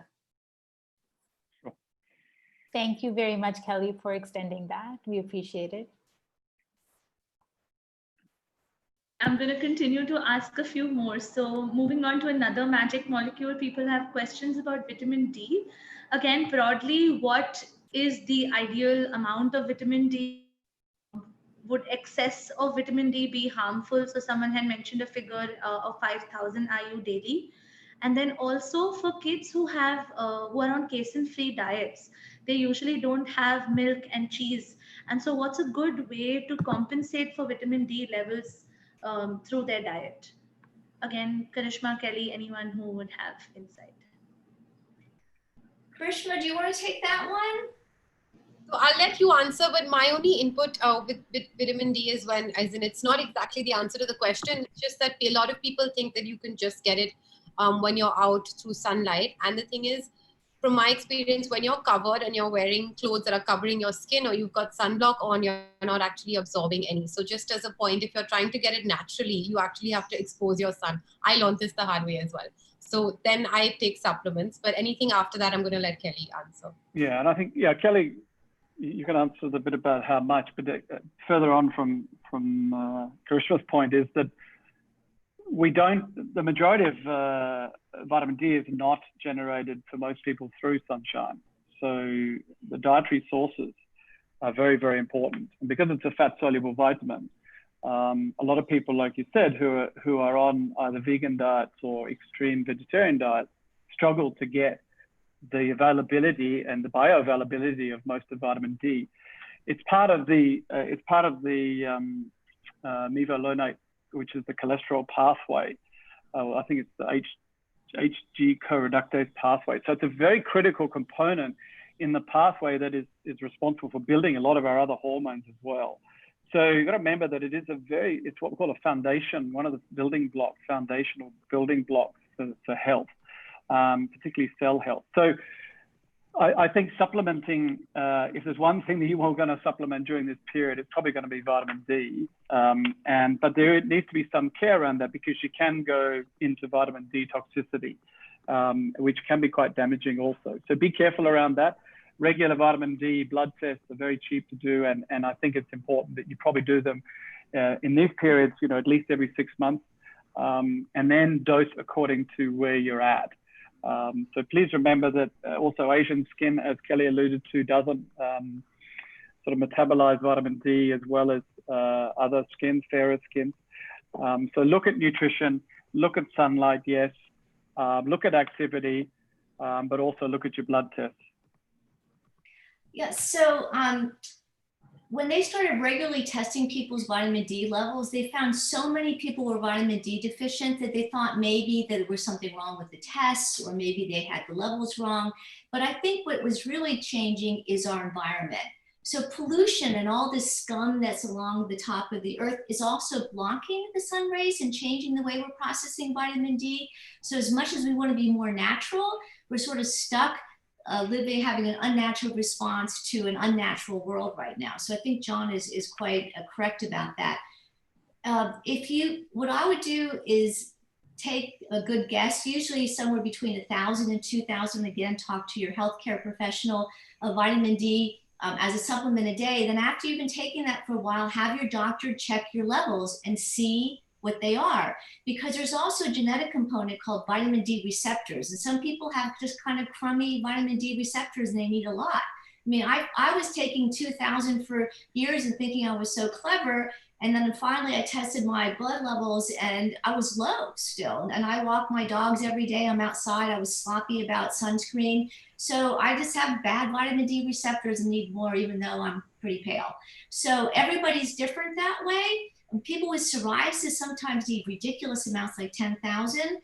but you can become toxic in it, but it's hard.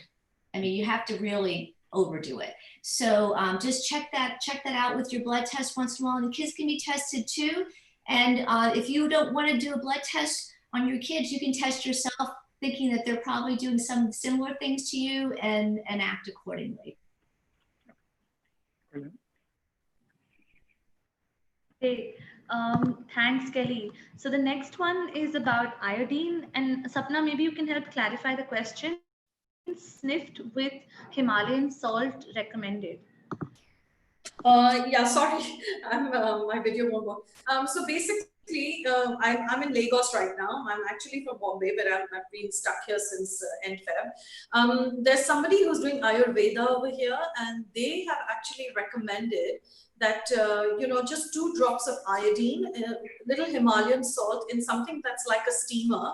And basically you just have to sniff it, and it clears the passageway between the nose to the chest. So I have no idea about it, and I thought you all would be the best people to kind of ask whether this is something that one should do, or because we're taking the zinc, we're taking the vitamin D, vitamin C, being very careful, eating only home food. This is something that a lot of my friends are doing over here.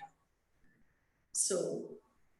Well, you'll get that question every day. Yeah, that's when I was a little shocked. I was like, iodine, seriously? But it seems to be. Well, you don't. I don't know. Yeah, I don't know if you have iodine receptors in your nasal passages, but what will happen is, don't forget, your nasal passages are connected to your digestive passages, so you're going to eventually end up trickling down some of that iodine into your digestive system. So you just want to be careful that you're not overdoing it. Iodine is actually one nutrient that I have seen people overdo in very damaging way. They start to form nodules on their thyroid and all that.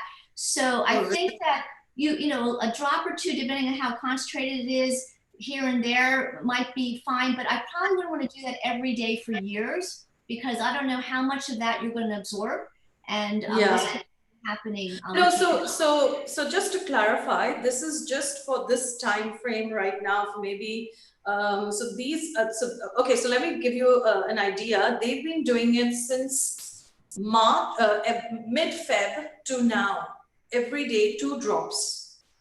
And I don't know whether that's something, that should be done or not. When you're steaming, are they just spraying it right up, or are they steaming it up? Yeah, it's like how you have those nasal sprays, right? So you basically just a nasal wash. Yeah, so you're not going to get real efficient absorption with that. So it's probably not an issue. One of the problems with iodine is that soils vary dramatically in iodine content across the world. So there's some areas in the world where there's very low iodine content, and throughout India, which is a large country, there might be certain population areas where there's really low iodine, and that's a great idea, just to get more iodine in. And there's very few gigantically concentrated areas of iodine in the world, so it's very unlikely that that's going to be a problem in any way, unless you guys know differently. That sounds fine if that's what they want to do. Okay, all right. No, but would you recommend not to do it? No, because I don't think I would recommend to do it, but I wouldn't recommend not to do it. I think there's benefit from the saltwater cleansing of those passages and keeping them as robust as possible. Absolutely, particularly because this is an airborne virus. And also iodine we also use for cleaning and cleansing and sterilizing, and so I think that's the idea behind it, is to keep those nasal, with the drops of iodine and the salt, pure forms of salt, is to keep the nasal passage clean, and therefore you're ensuring that first line of defense is as strong and as robust as possible. Okay, so John, what would you recommend? Would you be for it or against it? I'd be for it on a less regular basis, but I'd definitely be for the nasal washing, the saltwater nasal washing on a more regular basis, and then a less frequent basis using iodine. Okay, great. Thanks so much. You're not to get too controversial about it, but one of the things about this virus that's really important to know is this thing knows how to mutate. So all these sanitation type, washes that people are using, we may be just training this virus to be worse. Yeah. Doing that time in and time, all these. That makes sense. That does make sense. And so to say, and iodine, although it's natural, I mean, if I had a cut or something, I mean, I put iodine on it for a couple of days, but I wouldn't put it on for months because I don't know how anything that's killing that bacteria or virus over the long run is training it to be better. Because when you kill, you're usually not killing 100%. Even if you're killing 99.9%, the ones that are living left are not the weak ones. They're the strong ones. And they're the ones that reproduce and live another day. And so just keep in mind, anything you're doing to kill, like antibiotics, one of the things we're learning from this COVID-19 is what an antibiotic resistance problem we have developed, because sometimes there's secondary bacterial infections that come with this virus, and we're having trouble finding antibiotics that kill it. We are in the United States, we've had over 100,000 deaths from this virus, but you know that every year we have that many deaths from antibiotic resistance. Yep, and nobody who talks about that. It's like, oh yeah, we just have that every single year. We have that every year because we're using all these germ killers. So germ killers are great, but you just don't, well, like John said, you don't want to use them in a crazy nonstop way. And particularly relevant to young kids as well. I think we overprotect, over-sanitize, and for our younger kids as well, particularly in the first 1,000 days of life, which is detrimental in the long-term health outcomes of our kids. So remember that their little immune system responds to those nasty triggers. They need them to be strong. So we can't overly protect our children as well. So I think that's, again, another conversation for another time. But keep in the back of your mind that you can over-sterilize your environment, which will have a long-term negative effect on you and your children. And as Charisma says, we can't mollycoddle. Mollycoddle our fruits and vegetables or our children. That's right. Absolutely. That's excellent. Or our immune system for that matter, right? We keep talking about how exposure is important for your immune system to learn how to fight. I have two very interesting questions. One about exercise, and I think this one's something even I wonder all of the time. How much exercise is enough exercise? How do you know if it's too much, too little? For example, our participant asked, would you say someone climbing up and down 16 floors 3 times back to back is too much, too little? How do you know? Exercise is like anything. It can be good for you and it can be bad for you if you're not prepared for it, not trained for it, and not resilient. So it's like anything, you've got to start from somewhere. So to go out first up and climb 16 floors, 3 times, and you've never done it before, then 1, you're probably going to get injured, 2, you'll probably have a heart attack, and 3, you'll probably hate exercise from that point onwards. So exercise has to be fun. So there's no use in engaging on your first effort of exercise and it being a terrible experience because you'll never go back to it. So first of all, that's the most important thing. When we're looking at the immunity system on that graph that I showed, if you're in either the too low or the too high spectrum of exercise, it can actually diminish your immune system. One of the biggest issues we have with our elite level athletes is a compromised immune system because they overtrain and they train too much. So we've got to find that sweet spot. So the sweet spot, they say, is moderate exercise. Now, what is moderate exercise?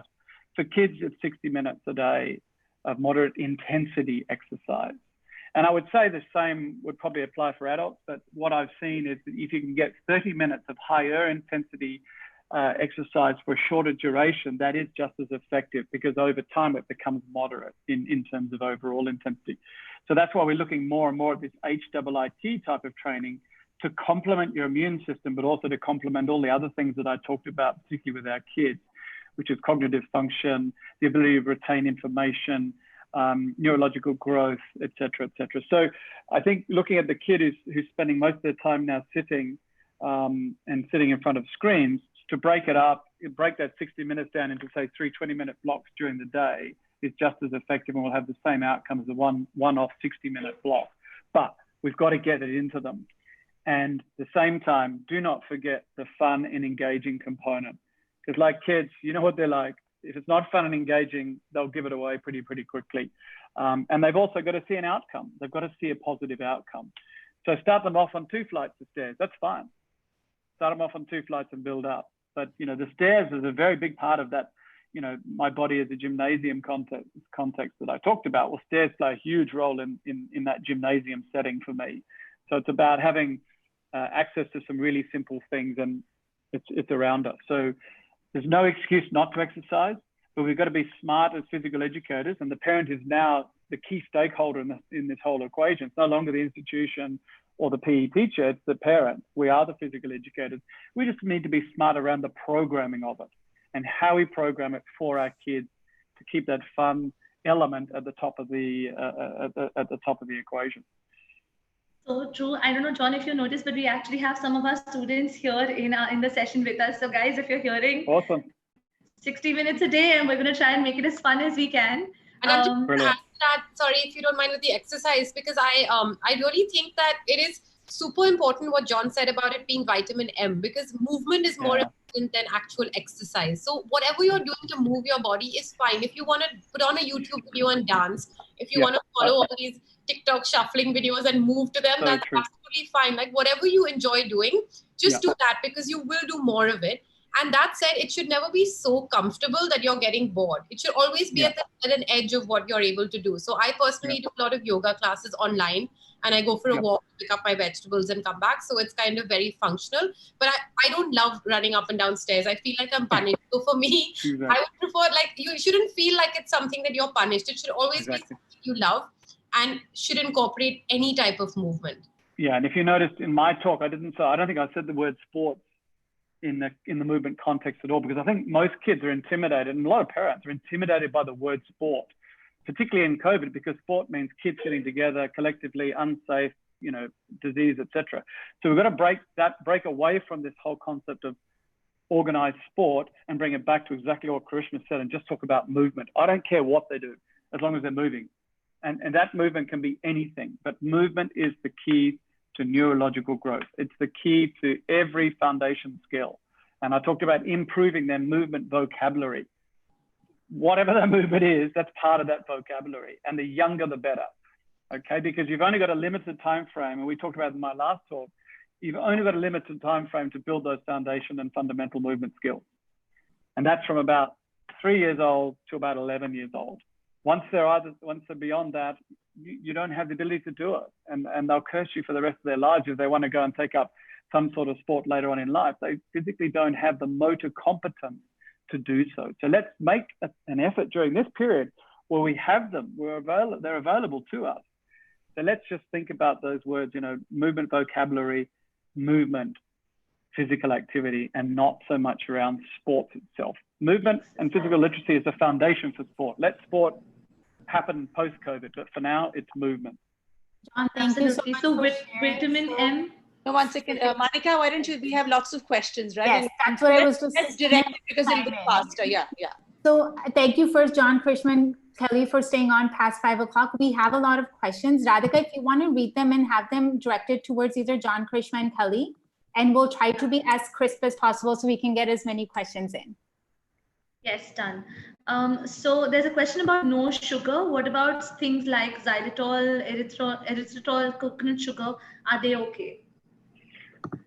There's various forms.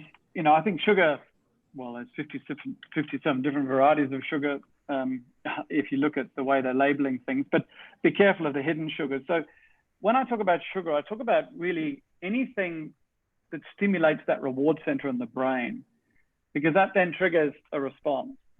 And that's a chemical response, which then upregulates it again. So that means that you just need more and more of it, more and more regularly. So it's like any addiction. So we need to try and find ways to stop stimulating that reward center in the brain. And that reward center is stimulated by anything that is either sweet or raises your blood glucose. So people don't equate, you know, something such as a slice of bread or a bowl of rice as triggering a reward center, but effectively it is, because it's raising blood glucose. So they all have the same sort of kick-on effect. So understanding what triggers that first, and that can be, and there quite a lot of studies have been done on, you know, low or no sugar drinks. So the what we call the diet sodas, and putting on weight. And there's virtually zero difference between consuming diet sodas and obesity and full-blown sodas. So you need to look at, obviously there's a response somewhere that triggers something, and that's often the reward center, which then has a kick-on effect in insulin responses as well. Kelly may be a little bit more, maybe able to drill down onto the different components as such, but generally when we look at it, we just talk about, okay, what's triggering that reward center, and let's try and steer clear of it for the time being. Well, I'm trying to be conscious of time, but just a reminder about sugar alcohols, mannitol and sorbitol and xylitol. They are gas producing. I mean, there's not a polite way to say that. They're fermentable. And so you can't eat too many of those unless you want to blow up like a balloon and have a lot of unpleasant gas. Yeah. And also at the end of the day, they're chemicals. You know, at the end of the day, they're all chemicals. They're artificially produced. And how clean do you want to be? Look, there are clean sources of sugars that are out there, some of your traditional jaggeries, etc., which have some nutritional content in them as well. But at the end of the day, remember that sugar is non-essential for human life. Absolutely non-essential for human life.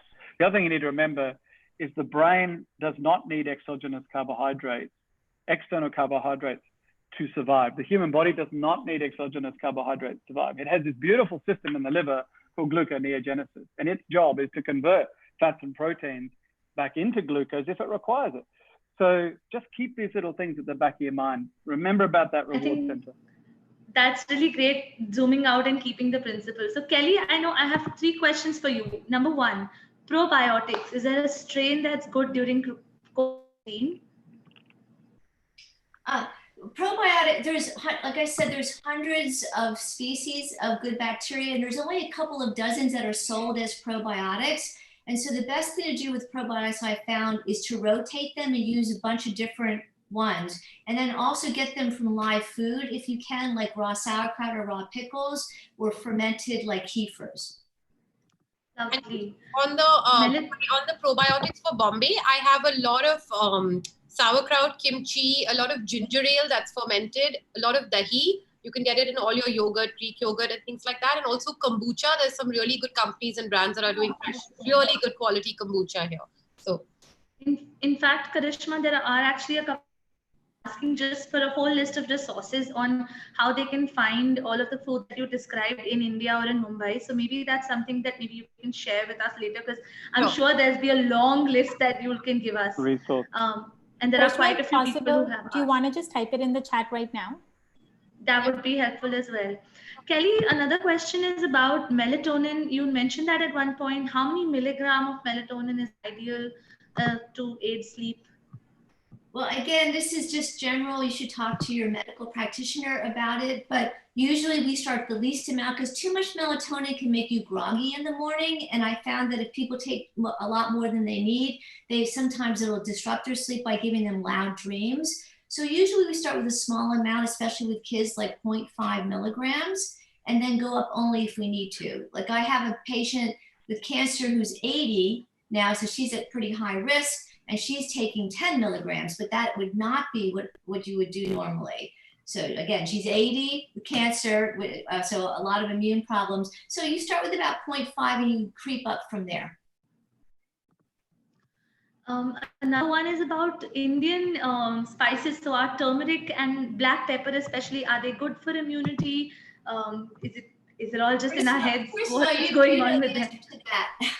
I think they definitely are. They've definitely got a lot of immune boosting properties, but they're not going to work if you're also eating sugar and processed food at the same time. They'll only work when you're already clean, because it's not enough to combat the damage you're doing from eating your high carbohydrate, high inflammatory foods.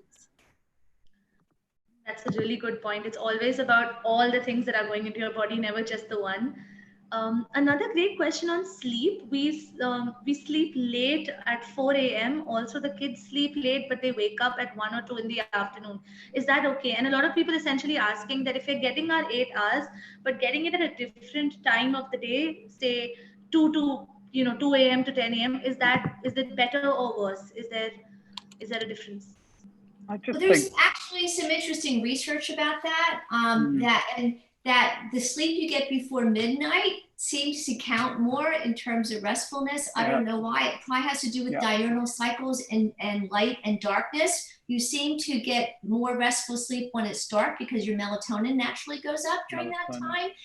darkness stimulates your melatonin. So I would say that it's, get the 8 hours, but it would be better in a perfect world to start like at 10 o'clock rather than at 4 o'clock. Yeah, I agree. So there is, there's a lot of science behind that whole sleep strategy. So ideally, yeah, as much before midnight. And also the worst thing for an insomniac, believe it or not, is to actually wake up late. So getting into a routine of waking up early actually is one of the strategies to improve insomnia. So I think, particularly for kids, because routine is sort of thrown out the window at the moment because of this whole.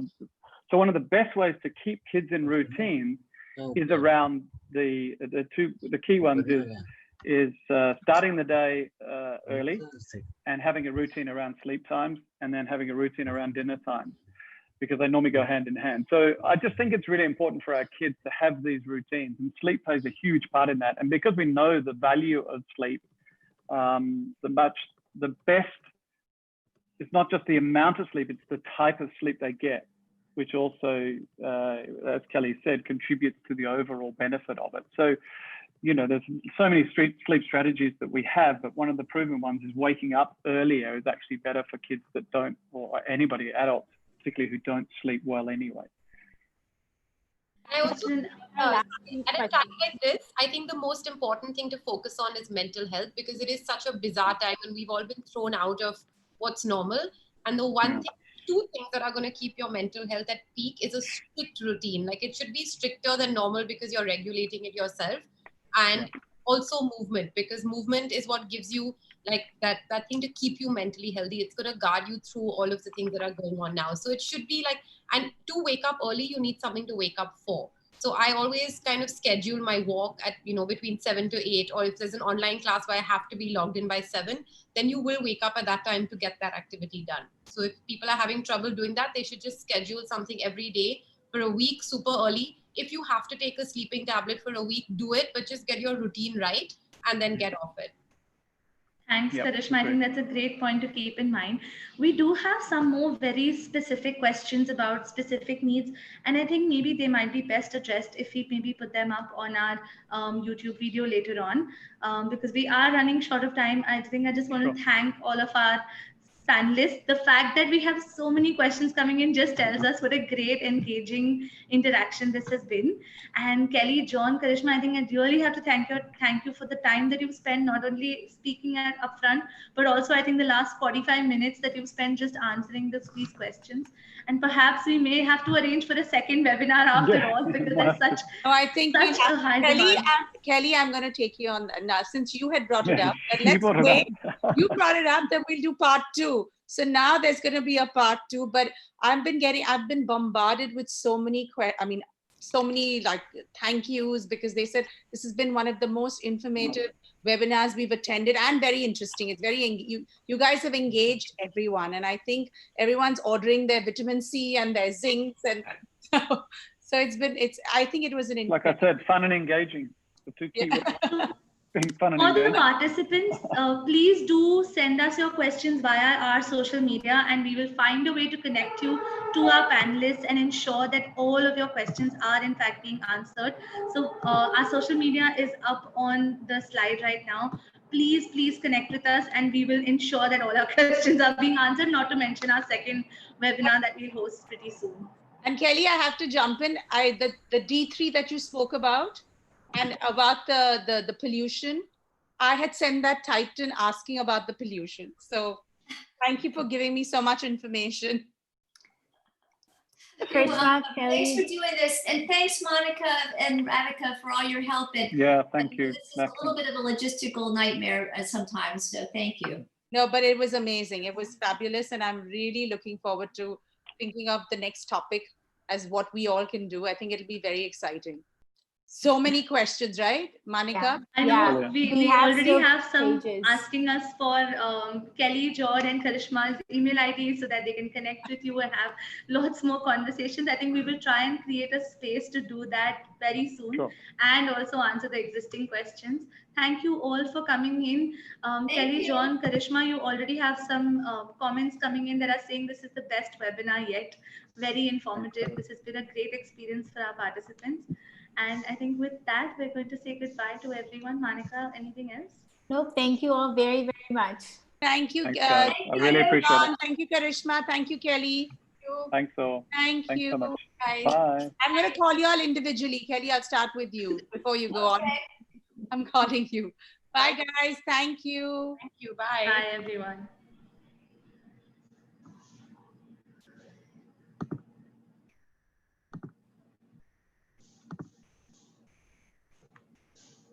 I think it went really well. Hi, Josie.